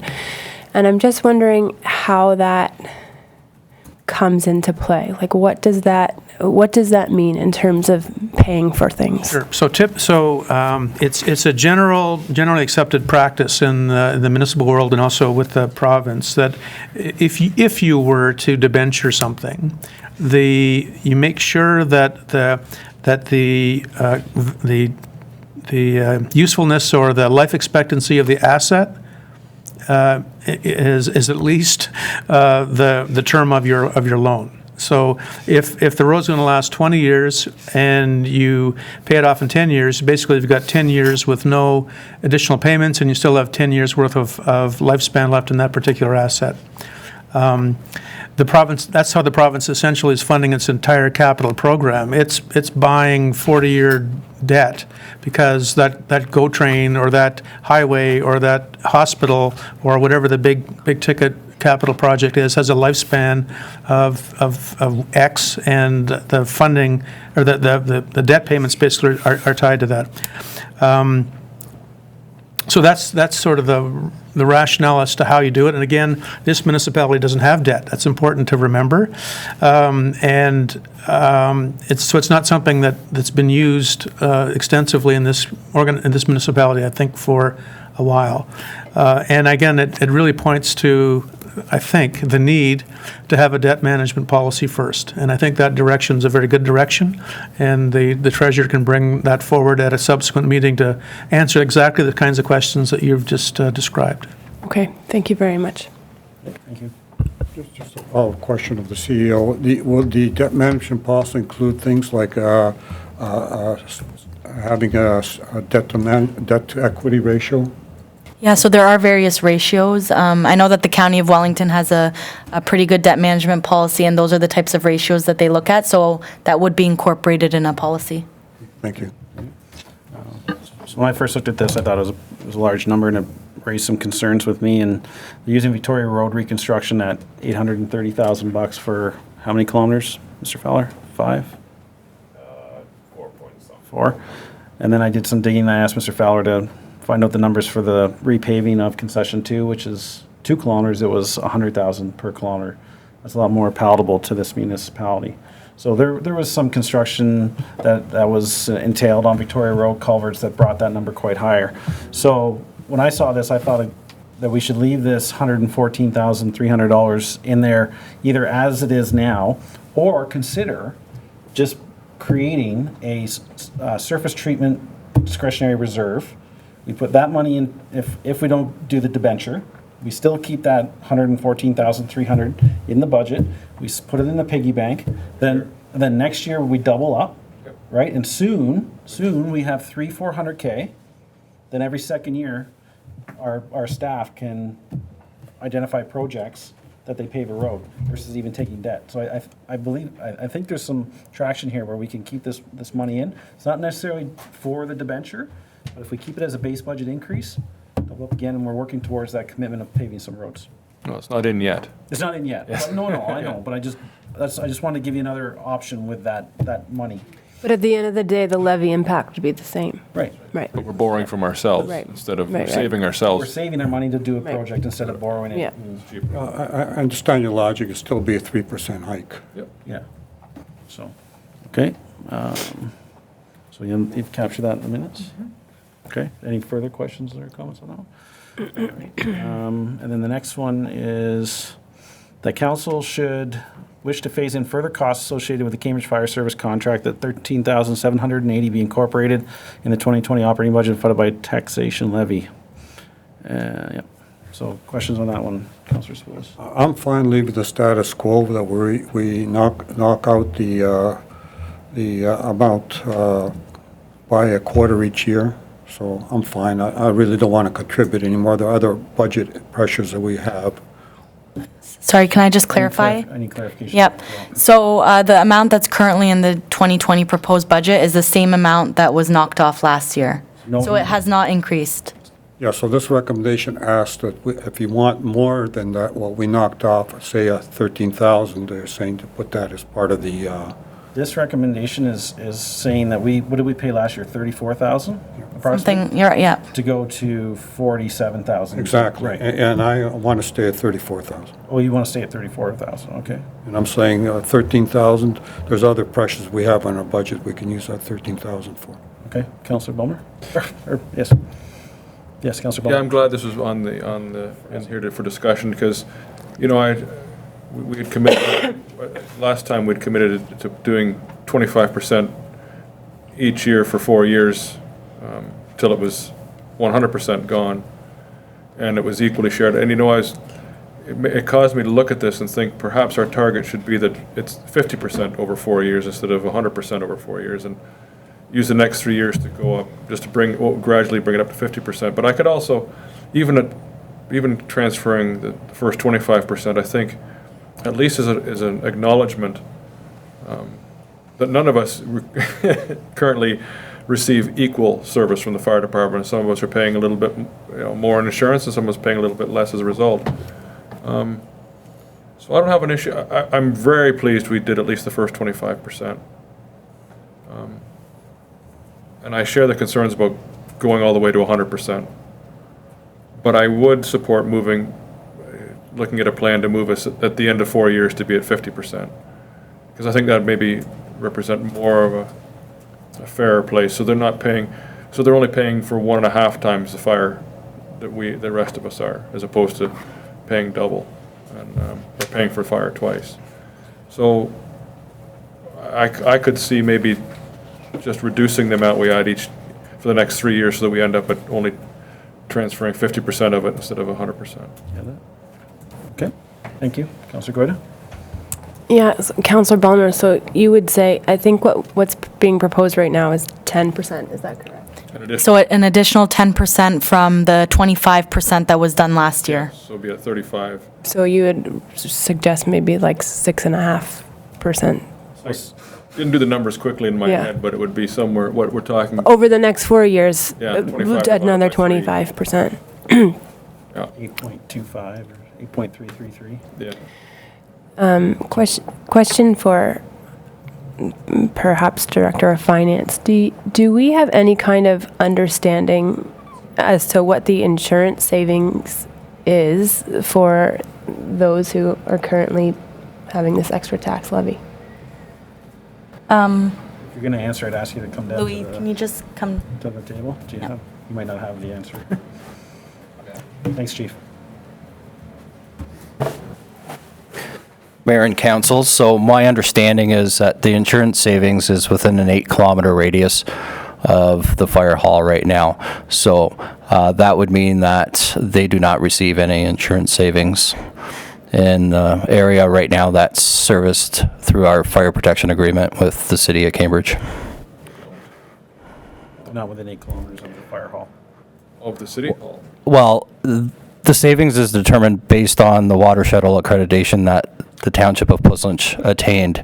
So it's basically staggered The closer you live to the fire hall, the greater the savings that you get. You get a different insurance rating, and that map is actually on the Puslynch website. It is available to all the residents to see, but there is no savings to the residents of Puslynch Lake when it comes to water shuttle accreditation and saving on your insurance homeowners policy. Better response times. What about the component of when the insurance industry rates you as having protected status, semi-protected? Is that there was a resident that lived in Aberfoyle, their address was Guelph, whatever the street name was, and his insurance was significantly lower because they assumed he was protected from full-time services. When Canada Post changed the addressing to say Aberfoyle, they picked up on it. His insurance went up. He told me it was incredible, 1,000% or something. So do they receive that protected status from having Cambridge First Response? Oh, I can't speak to that. So if they ask for that on their homeowner's policy, then maybe that's something that they can attain. I'm only speaking in regards to our water shuttle accreditation and the savings in regards to that. And I do know that City of Cambridge does not have water shuttle accreditation, so that component is not available to them. Whether or not they receive different insurance discounts based on them being serviced for the first hour by a full-time department, I'm not sure. I think part of that as well is due to pressurized water sources being closely available to where you reside as well, where they do not have that. Does that help clarify? Yeah, I guess I'm just trying to understand if the residents of Puslynch Lake are paying an extra levy, but are they earning the same amount of discount in their insurance that it basically evens out? And I don't know if there's a way of determining that, or if that's kind of strictly guesswork. I'm not sure, but in any case, we're not necessarily deciding on this today, correct? No, okay. You're welcome. I wonder if we can ask staff to find out. Is it possible to find out if they're getting an insurance break? Because that certainly would make me feel more comfortable with what Council Bowman was suggesting. In other words, if they're covered by 24-hour coverage, you have access to pressure water, would their insurance be less than, say, somebody in Puslynch who, say, in the remote corner of Puslynch, just put it that way, where you can't get the 8 kilometers, it'd be more than 8 kilometers away from the fire station. So, Councillor Suplis, I can investigate that matter if you wish. I do remember when I was getting, I can just speak about myself, homeowner policy for insurance. Basically, the question that I was asked was the closest fire hall that services the area and the closest fire hydrant. And that's what I was asked through State Farm at the time. But I'll investigate that matter, and then I could answer that question at the next council meeting. It'll be beneficial, help us in our deliberations for sure. Okay. And you have captured the minutes, that some different proposals? Yep. Okay. All right. Any further questions for the chief for this item? No. Thank you, Chief. You're welcome. Okay, next one we're going to talk about is that should council wish to construct a new sidewalk on the northeast side of Old Brock Road, that $100,000 be incorporated in the 2020 capital budget to be funded as follows: taxation levy $60,000, Upper Grand District School Board contribution $40,000. Okay. Yeah, in principle, I support the sidewalk because it's safety for the next generation. I had a question of staff, why the high cost? When you look at the contributions that we made for sidewalks as part of the Brock Road reconstruction, we had 950 meters of sidewalks and was costing the same amount of money, $110,000. So the question was why? Well, to be fair, staff asked a consultant. The consultant came up with these numbers, and I can accept that. But certainly, one of the approaches suggested by staff was see if we can issue a contract change to the current contractor out there, and through the county, of course, and perhaps we can save significant money because they're going to be doing the sidewalk as well. Phase 2 next year when they're doing Exactly, yeah. That's a good idea. Okay, Councilor Bulmer? Yeah, thank you. Good points there. What I was reminded of my time at Aberfoyle School with my fingers through the fence, looking down over what looked like a cliff to us at the time, down to the road at that corner. So I understood when I saw in the report here the additional cost for retaining wall at that corner to accommodate, I guess, pushing back the playground. Have we had, what I didn't see in there is, it's a suggestion that the school board would participate. Has anybody reached out to the school board to see if they would be willing to contribute that so that we could plan for doing it with the county next year? Mr. Fowler? Yes, I have been in discussion with Jennifer Passy. She currently delegated here and requested the sidewalk. She was just waiting for council's direction on the sidewalk before she was to approach her management as far as their budget deliberations. But she did indicate that the school board would be in favor of some type of financial contribution. And I think we Good should, news. and I'd support moving ahead. We wouldn't typically ask a regular landowner to participate, but since I don't believe the school board pays property taxes, in fact, we collect property taxes to give to the school board, so I think because the extra work was required, especially, I am correct, it is that piece at the corner there. Change in elevation to, That's correct. For us to currently keep the sidewalk on grade with the mountable curb that's currently on the road, it would take a good amount of excavation and retaining walls Okay. to support that. Also, with the old realignment of Brock Road, we currently have a catch basin currently right in the middle of where a proposed sidewalk would go. That contributed the cost. quite a Moving bit that. to actually having to move it away from the sidewalk. We can't have a catch basin, obviously, in the middle of a sidewalk for tripping hazards, so that also contributed to the added cost. Okay. No, good, thank you. Councillor Guida?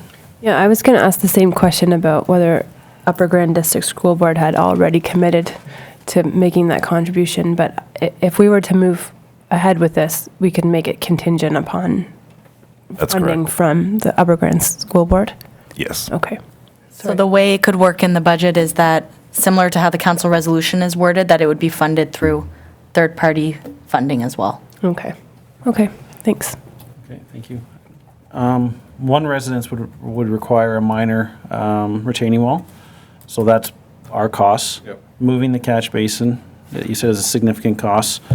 I'm looking at the way this is broken up, it's almost 50/50, and is that actually a true representation of the costs that the school board should incur? I wouldn't necessarily agree with 50/50. Oh, it's 60/40, sorry. Well, yeah, a lot of the work is required in front of the school, so I would expect that there should be some common agreement that they would recognize that. So we'll make it contingent on third party. Okay, any further questions or comments on that one? Well, I'm happy with contingent on the funding. We'll see what they come back with, how much money they're willing to contribute, and then we can make another decision. The old washrooms, is that it? That's it. Yep. So, okay. We can carry on? Hang on a second. The Morrison lighting, is that in this report or is it in the next report? Okay, fair enough. So now we're on to administration report. And does anybody, let me pull it up here. All right, so we have the declaration of vacancy. It's a big one. All right, I'll read it out. Moved by Councillor Goyda, seconded by Councillor Spillis, that staff report ADM 2019-025 regarding the declaration of vacancy, Councillor Roth, be received, and that the office of the township councillor formerly held by Ken Roth be declared vacant in accordance with Section 260 of the Municipal Act 2001, and that staff be directed to proceed with the appointment process to fill a vacancy as per Council Vacancy Corporate Policy 2016-01 as amended. Questions and comments? Councillor Spillis? I assume we're on side with not going out to election, and we're on side with having a round-the-table evaluation process. That's what we're deciding right now.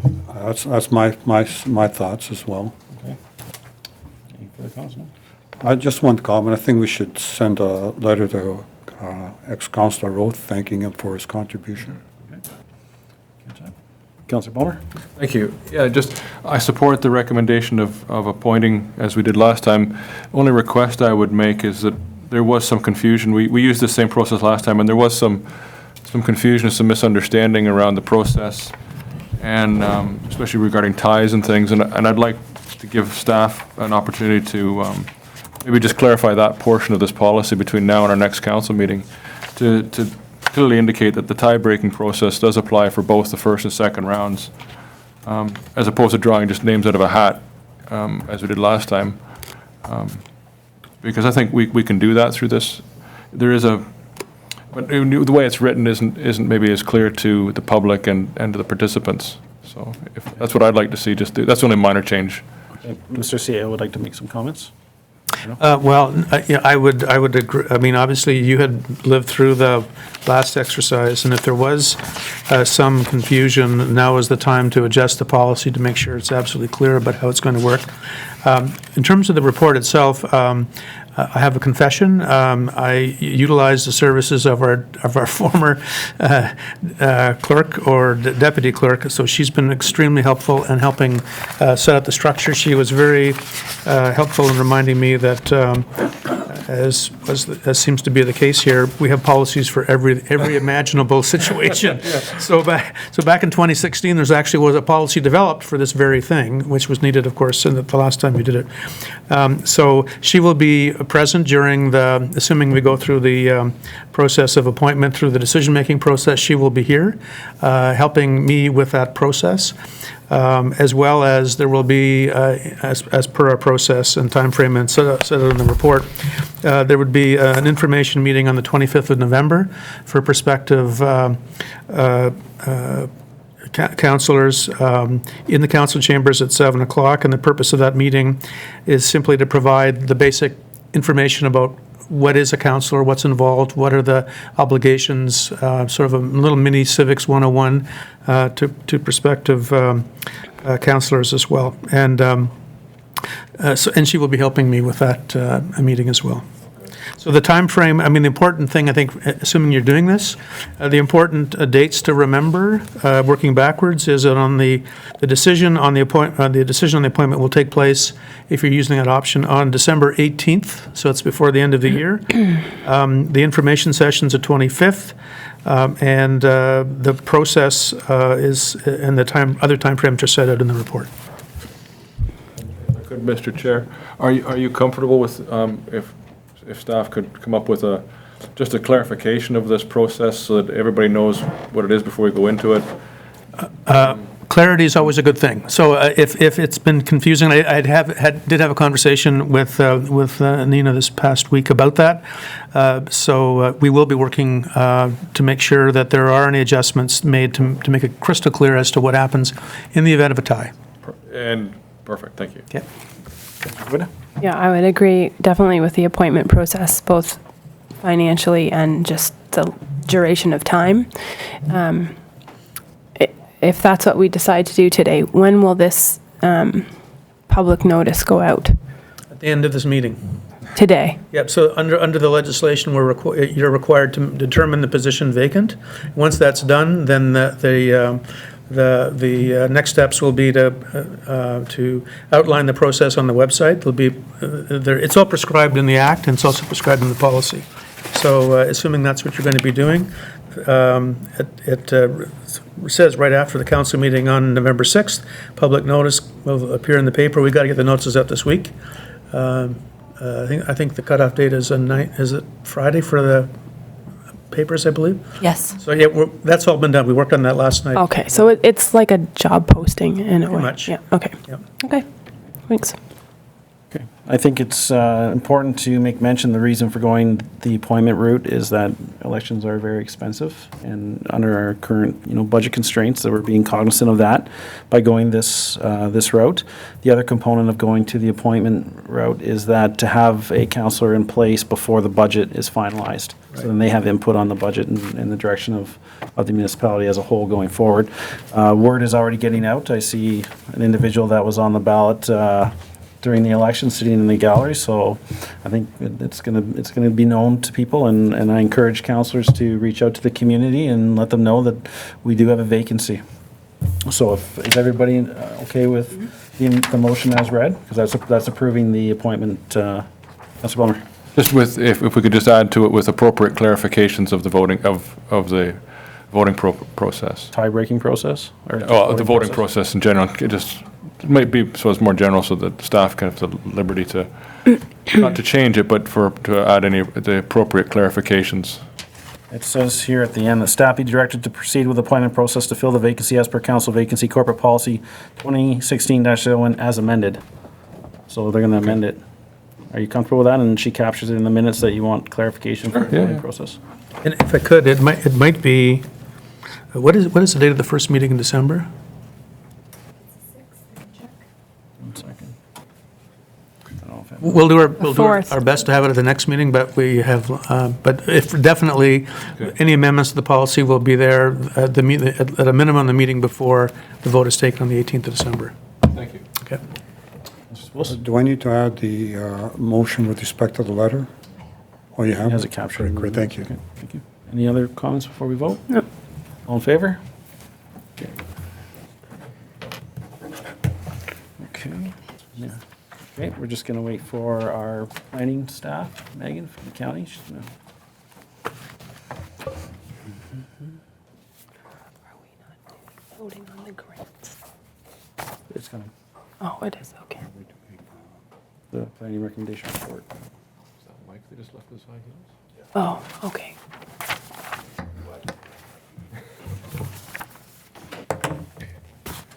Gotcha.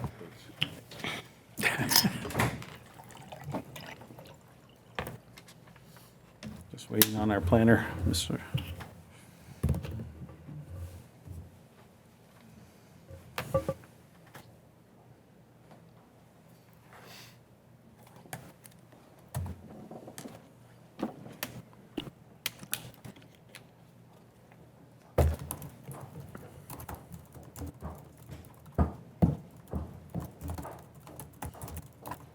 The heels are asymmetrical. One's hollow and one's not.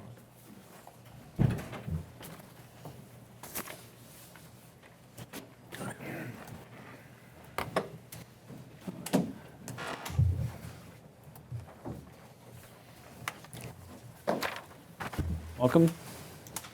The floor is yours when you're ready. Oh, do you want me to come up? Sure. I don't know, well.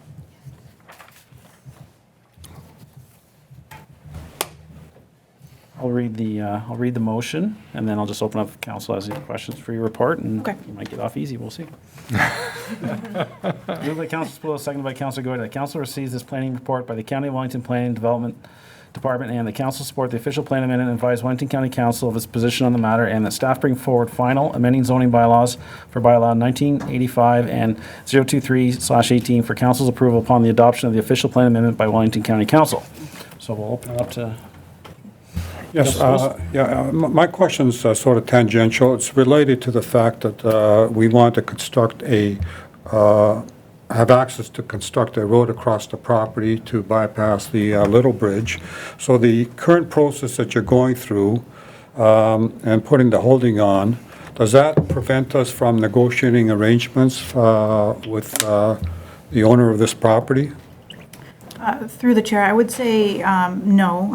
As part of the holding provision that I'm proposing to place on the property, I have incorporated some wording that an easement and/or access in relation to access for Sylvensky Park be investigated as part of the site plan approval process. So in my opinion, there is an opportunity for additional discussions to occur, and that's been woven into the holding provision that's being proposed. Okay, so we can start basically, if we want next year to start discussions. Through the chair, because it's part of the holding provision, that holding won't be, like, all of those conditions have to be met prior to any development taking place on the property, so Gotcha. Okay. Could be any time. it could be any time, Okay, yes. great. I'm fine with this. I'm good. Councilor Bummer. Thank you. On the same topic, I guess I'm concerned about the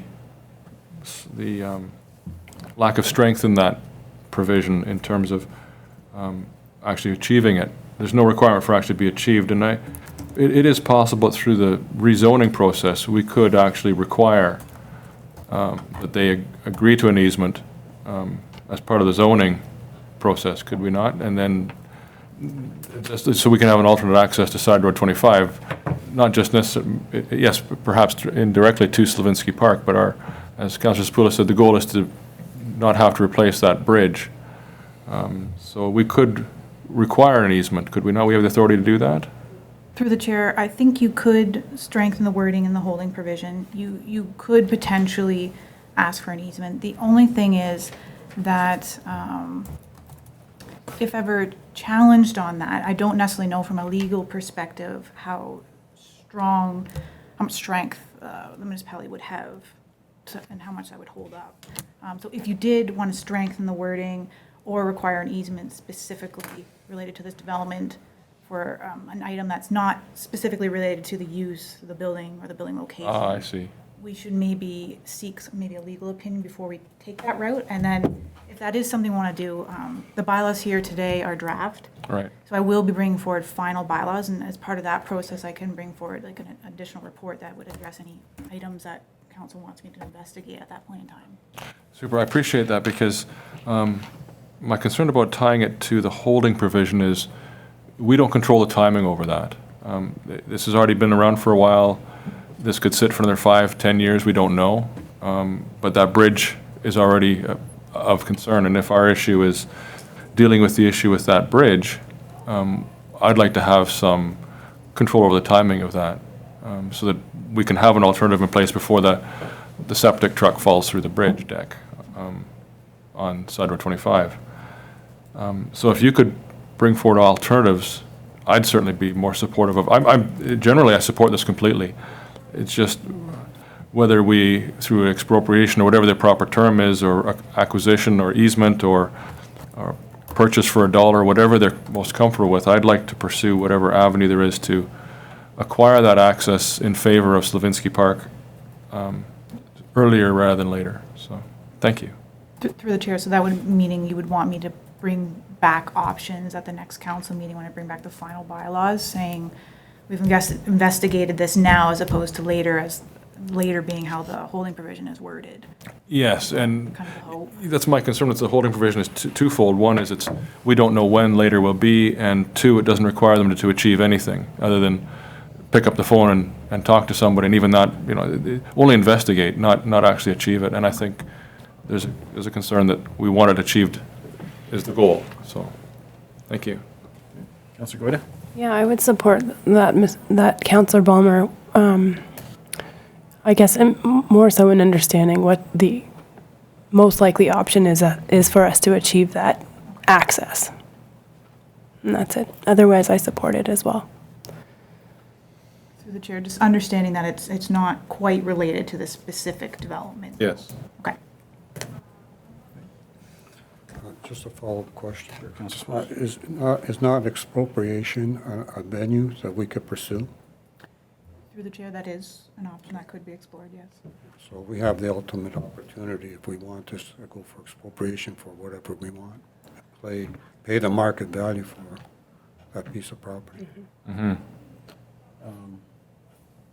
We had a conversation with the agent representing the landowner and about the easement, and their opinion at the day was that this easement's worth $1 million. So when we heard that number, we thought, well, we'll leave it to where it's proposed now, is, deal with it, the site plan, depending on the use, like the purchaser, then maybe we'll have an opportunity, but it's not within the township's means to pay $1 million to get an easement. We might as well fix the bridge and. The bridge is $1 million, is it? Well, that's, they just, they weren't willing to cooperate, so unfortunately, I believe the best route we have is to see who develops the property, and if we, in the site plan, we might be able to negotiate something, or to expropriate. I don't know what the cost would be to expropriate it. The county's expropriated some land recently, and they have some costs, but, it can be pretty significant as well. Can we also get an option from the county to expropriate that piece? No, seriously, it's a piece of land that we are asking for, and that should be one of the options on the table. To me, if it's a wash between that and the bridge, I'd rather go with the road. Yeah, because you don't have to you don't have to replace the road all the time. Exactly. And we turn it over to Slavinsky Park and we're done with it. What's the process? How do you get the process started for expropriating? You know, does staff know? Well, you go to the, there is a process. You have to demonstrate the need. So there is a report that would have to be done identifying why this is required for municipal purposes and a justification for that. Then there's evaluation, which is done, and then it can go one of two ways. If you have a willing buyer and a willing seller, it's fairly straightforward. The amount of money has been determined through an independent appraisal. If there isn't that situation, then it's a long, protracted process. And ultimately, a third party determines what the value is. It's quite litigious as well. So my question to you is, if we wait until it can be dealt with through the site plan, we can't reach an agreement, can we start the process of expropriating it, and then that delays it or at least protects the part of the land that we want to expropriate? You see, the challenge here is that the issue of providing a different form of access is happening, and that is happening at the same time as a planning approval is being considered. So the two issues really aren't related.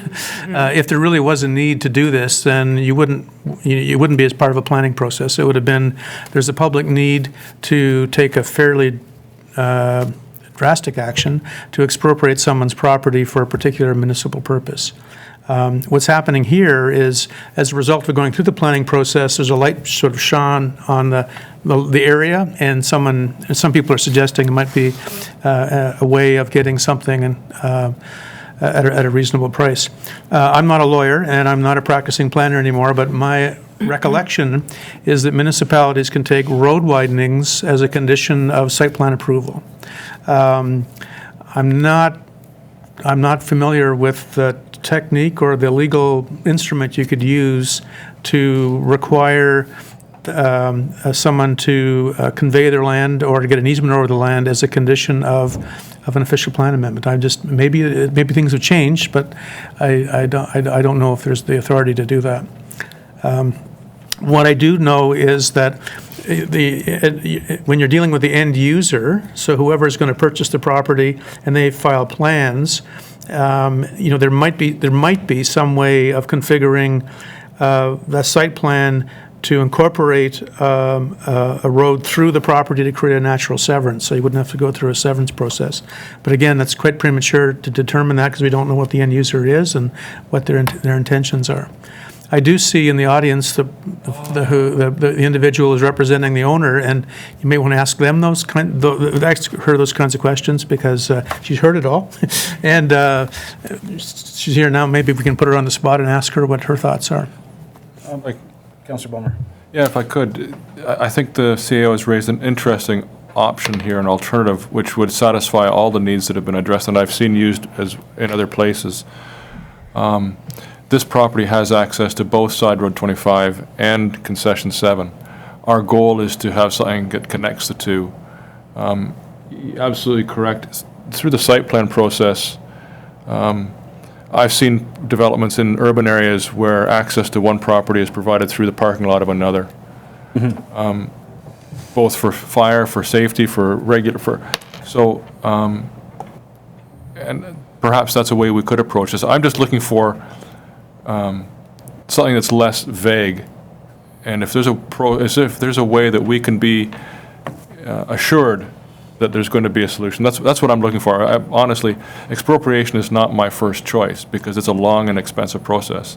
I'm just looking for any option that ensures that we can, at some stage, say, yes, we require this, and I can't remember the name of the vehicle that I'm thinking of, because it's abuse of.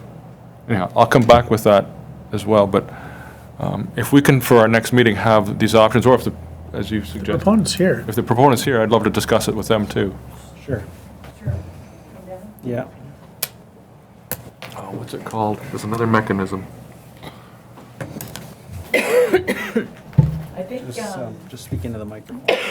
through the chair, I think your CAO has identified what I believe to be sort of the most practical and the best option here, and that's to, when a development comes forward through the site plan approval stage, to look at where that access might fit into the development. As you also mentioned, there's possibly an opportunity for a natural severance with dividing that property.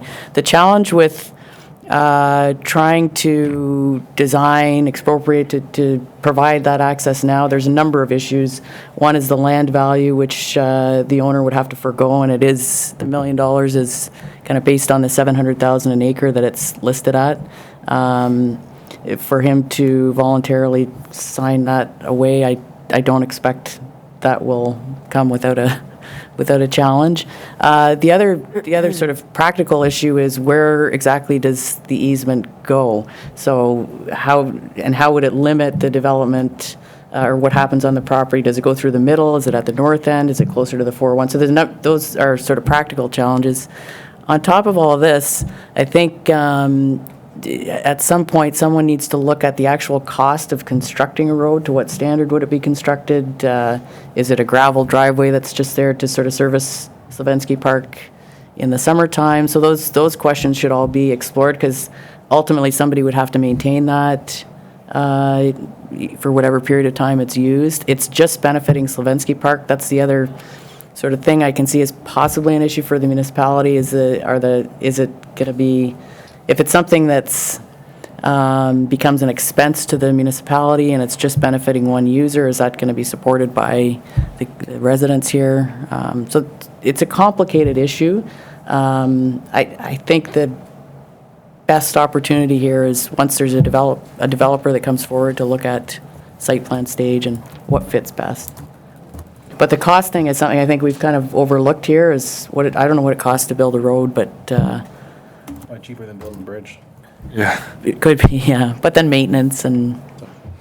Councillor Ballmer, do you have further comments or questions? No, I think other opportunities have been put forward, and if the rest of council is willing, I'd like to explore those one more time before we move ahead. So you're not supporting this motion? Or are you? Well, I do, except for the fact I'd like to see. No, okay, yeah, I think we can deal with it through the site plan. I'd like to say, you know, as much as we want an easement and Yep. transparency, Yep. we discussed this prior to any of your proposals coming forward. We were going through our asset management plan, and that bridge was identified, and we looked at the area and we thought, well, Yep. I wonder if we can get an easement through there. So this just didn't rear its head when, you know, Yeah, it isn't just you new. came forward. We were discussing this last year.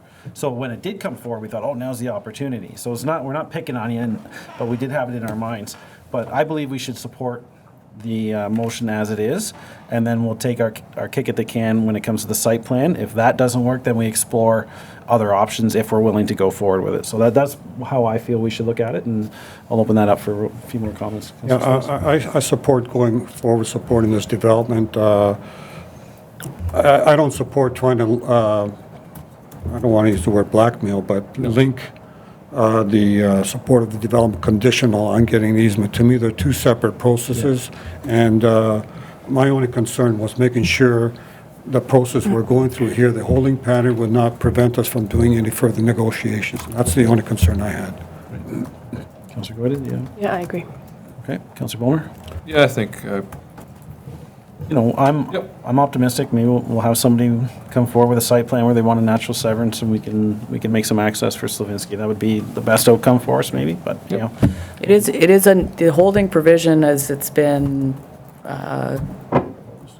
proposed, is very unusual in my experience. And I think, you know, to the landowner's credit a little bit, that's it just shows willingness on his part, and I think I've persuaded him this is something that can be looked at. But Megan, you'd probably agree it's not something you would normally see as a holding provision. Through the chair, that I would say, usually with a holding provision, you have kind of like a clear direction. It's black and white. It's not necessarily let's investigate this or that. It's you're taking this, you're not taking that. So it is unique to have it there, but it does keep the door open for additional discussions. The holding provision as a whole lets a future developer know exactly what the town is looking for, and there's no misunderstandings in the future. It's very Yeah. clear. Yeah. okay, thank you. All right. I just have a question of the planner. Yes, do you have any idea of the timing of when you would be looking at moving on the property?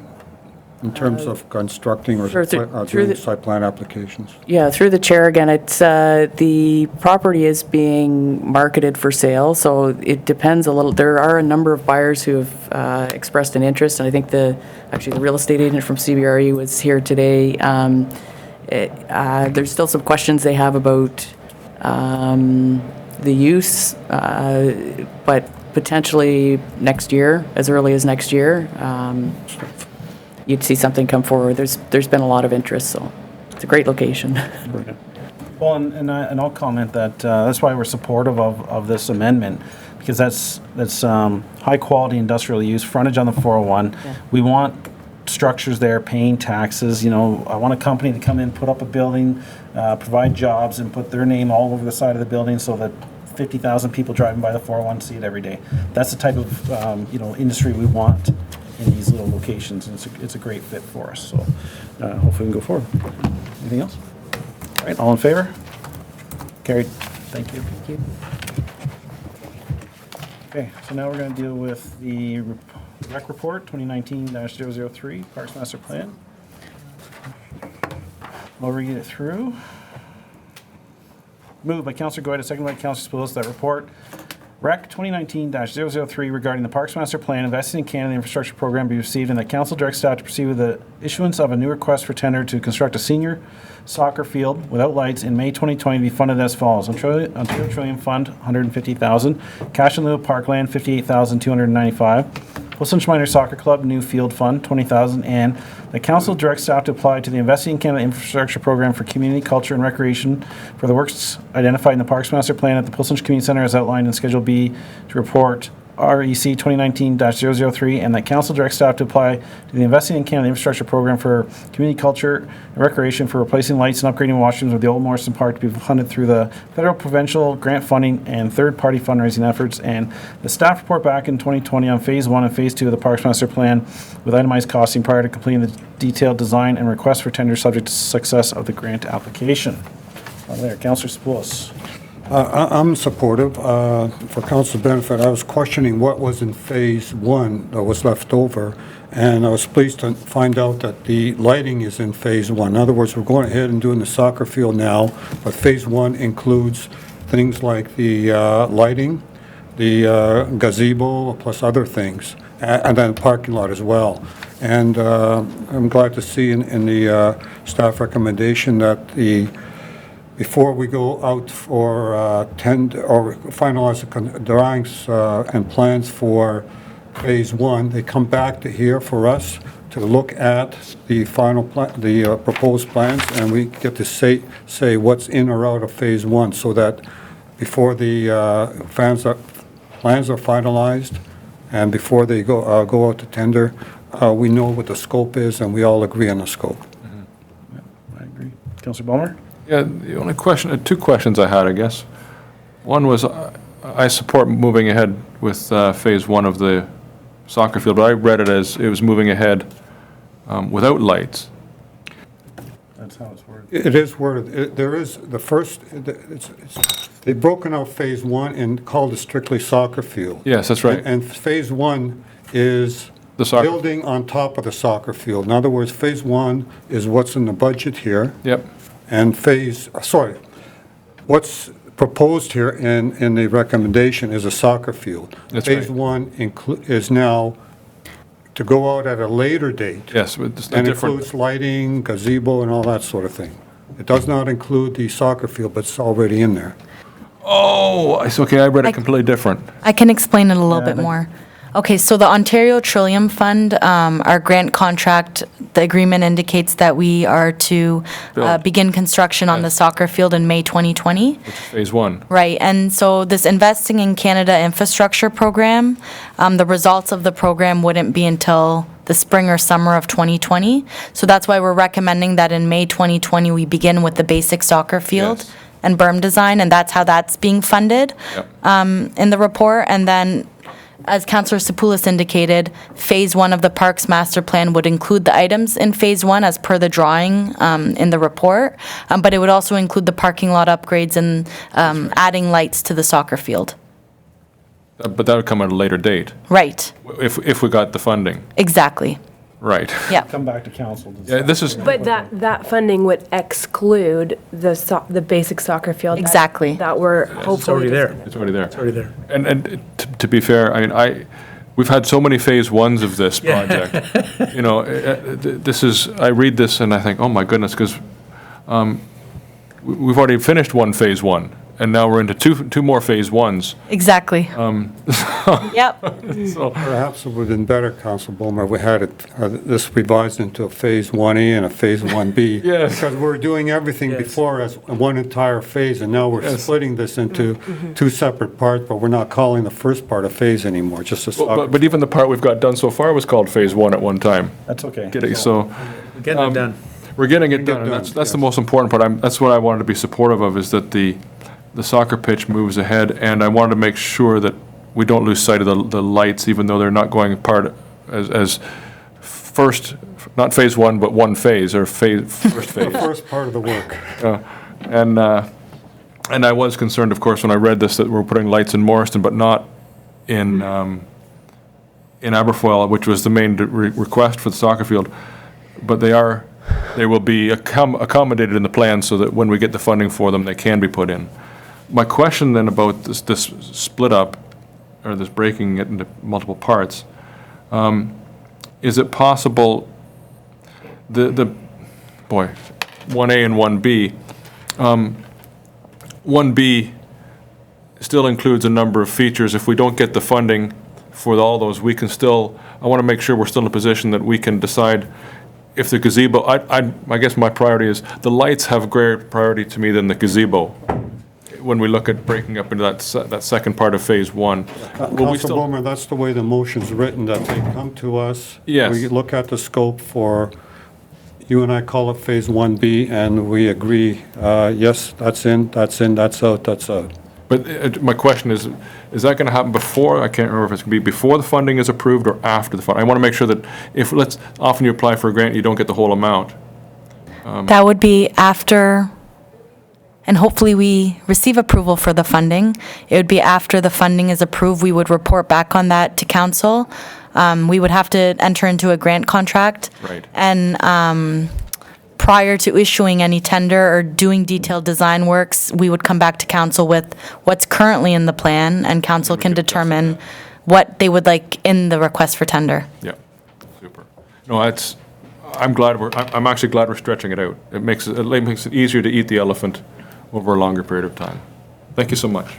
Councillor Goyda? Thank you. I myself was really confused as to what was now being included in phase one, because it feels like it's gone through so many revisions, but I'm really comfortable with the plan as it is. I think it makes a lot of sense, and hopefully we will be successful in getting a grant for what is the remainder of phase one and phase two. I did have a question, and sorry, and I'm also supportive of applying for the grant for the baseball lights and washroom upgrade in Morriston. But my question was that we're applying for two separate grants for the same grant application. It's two applications, but for the same grant. So are we now kind of competing against ourselves, one over the other? And I guess what I'm asking is, would it make more sense, and would we perhaps be more successful in getting the grant if we combine both of these things together as one application for community parks improvement master plan, something like that, as opposed to separating one out and risking, do we need one more than we need the other? Are we allowing the government to decide for us which one they might and which one they might not? So, Councillor Goyda, you bring up a good point. I've actually already started working on the application, and it's based on the project location. So you can't do that. in No, two and separate- I understand even from, our Moyers Bridge grant application and the road reconstruction work, they're very specific about the project location, and they want to know that it's in one location. Okay, all right, fair enough. Okay, so my question is that this Canada Infrastructure Program, it has two components. It has the rehabilitation component. So that's a second stream of people to apply. Yes, so the renovation or rehabilitation program, I believe it's, every application has an upset limit of 5 million that you can apply for. And you can apply for multiple applications. And both of our applications, should council direct us to go that way, would be through the replacement/rehabilitation fund, because it's not a new asset that we're acquiring. Soccer field, is the soccer field not considered a new asset? Well, we're going to have a basic soccer field designed, right? In May 2020, as part of the Ontario Trillium Foundation. We're adding lights, so based on my review of the grant application, it's it's existing lands that we have that we're rehabilitating and renovating and upgrading. They don't exist now, though. They don't, I don't No, necessarily. but the soccer field will be there. Even though it's Not not a time of act, application. well, but in theory, it will be. It doesn't matter if it's there or not. We've approved that we're going to go ahead with it. Mr. CEO, what's your opinion on that matter? Would it be eligible for the, to be separated into the other stream for the funding? Because it's not built yet. At time of application, there's nothing there. It's a new asset. Haven't even issued the tender yet. I honestly don't know. I don't know. I mean, I don't know the specific eligibility requirements. In the last program for Moyers Bridge, that was Moyers Bridge, and what else was a Road reconstruction work. right? So I'm not as concerned about that because the government last time provided funding for more than one project when the ask was made. So and frankly, the amount of money that we're asking for in the context of this multi-billion-dollar program is relatively small. And finally, I think what's needed in order to ensure success is good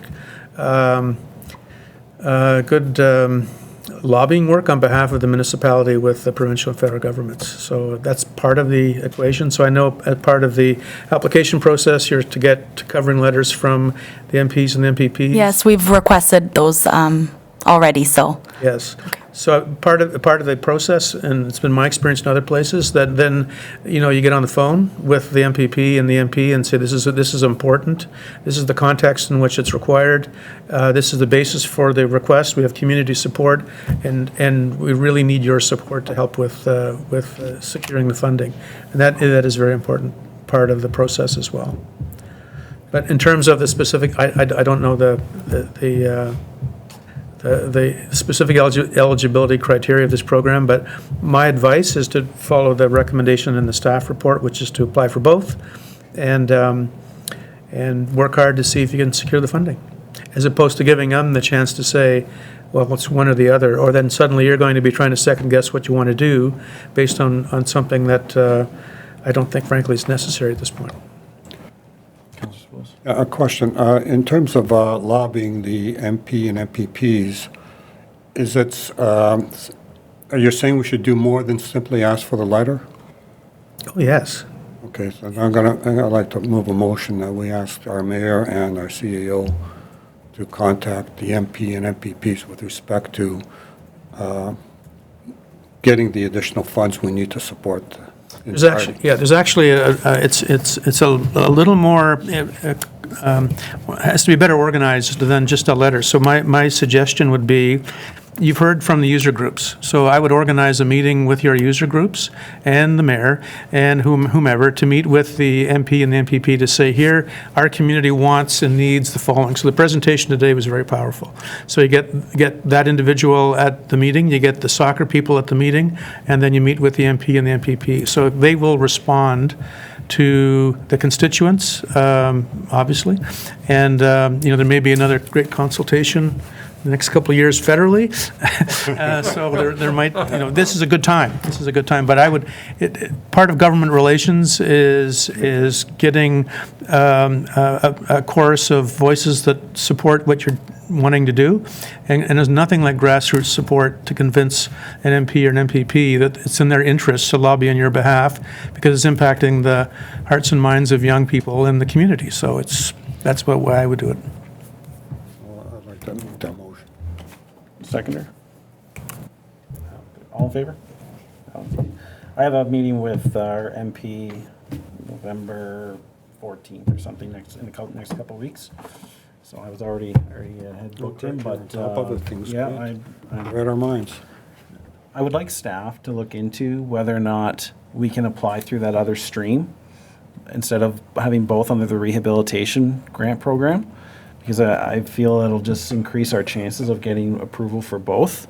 So we have until the 12th for that application it closes, correct? Yes. So based on my understanding of the guidelines, I thought that both applications were under the rehabilitation and renovation category, but I'll get a second set of eyes and I'll speak to the CAO about it and just make sure we're all on the same page. I just think that might increase our chances, and otherwise we'll. Yeah, I know yesterday I was trying to get a meeting with Mary, but she was in a webinar that was done by the Ministry of Finance, or Municipal Finance Officers Association on this program. Okay. So there's a lot of work, I know, that's gone into crafting the application, but I think further information would be helpful, so. Awesome. Thank you. Any other further questions or comments? Okay, all good. All in favor? Carried.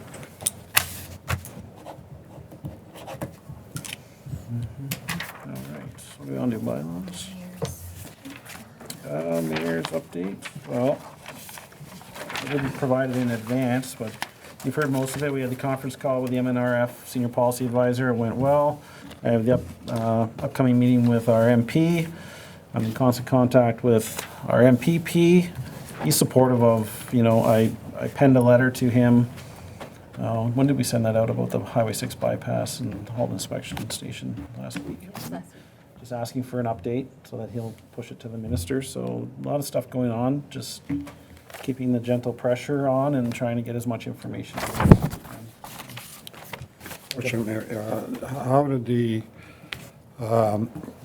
county council receive the suggestion for Marston road work? The discussion hinged around the development charges, and we should do some work. Our opinion on whether they will be affected by the lane reduction, but staff is just a little busy right now, so they felt they weren't going to get that report back to us quickly, and that's kind of where we're at. It's really going to be contingent on the report, development charges.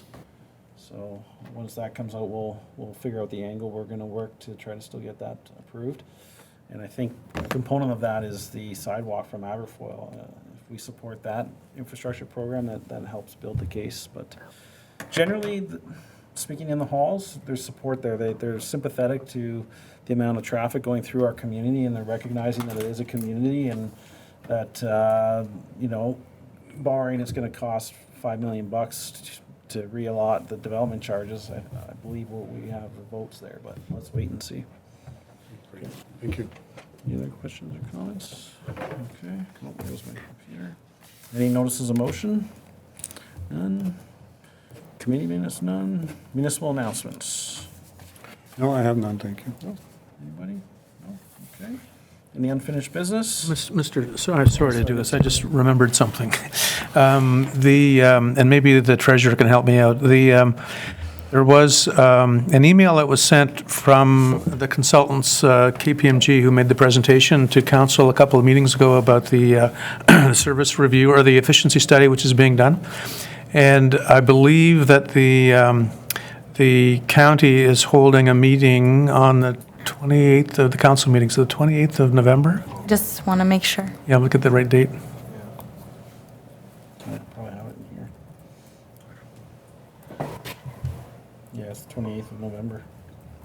I'm not sure, yeah, the 28th. I believe this is on the agenda, and they have extended an invitation to all members of local councils to hear the results of that work. There have been a number of meetings that have taken place by the steering committee, which consists of the CAO and the treasurers, on looking at various options for finding efficiencies and finding savings. And it is the 28th? It's November 28th at 1 PM at the Wellington County Administration Center. Right. So if you're available, that's when the big reveal, I guess, will be taking place. Add that to our calendars, please. If it's not already there, maybe it is already there. All right, you caught that?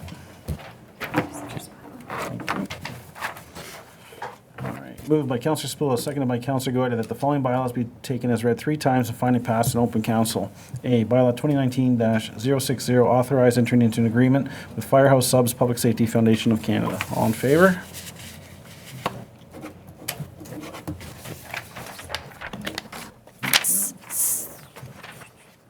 Did you have something? No, I'm fine. So I did add a calendar invite for all of council for the November 28th meeting. No problem. Thank you. Just got it. Moved by Counselor Goyda, seconded by Counselor Spillier, that the following bylaw be taken as read 3 times and finally passed in open council. Bylaw 2019-061 being a bylaw to confirm the proceedings of council for the corporation of the Township of Portsmouth at its meeting held on the 6th day of November. All in favor?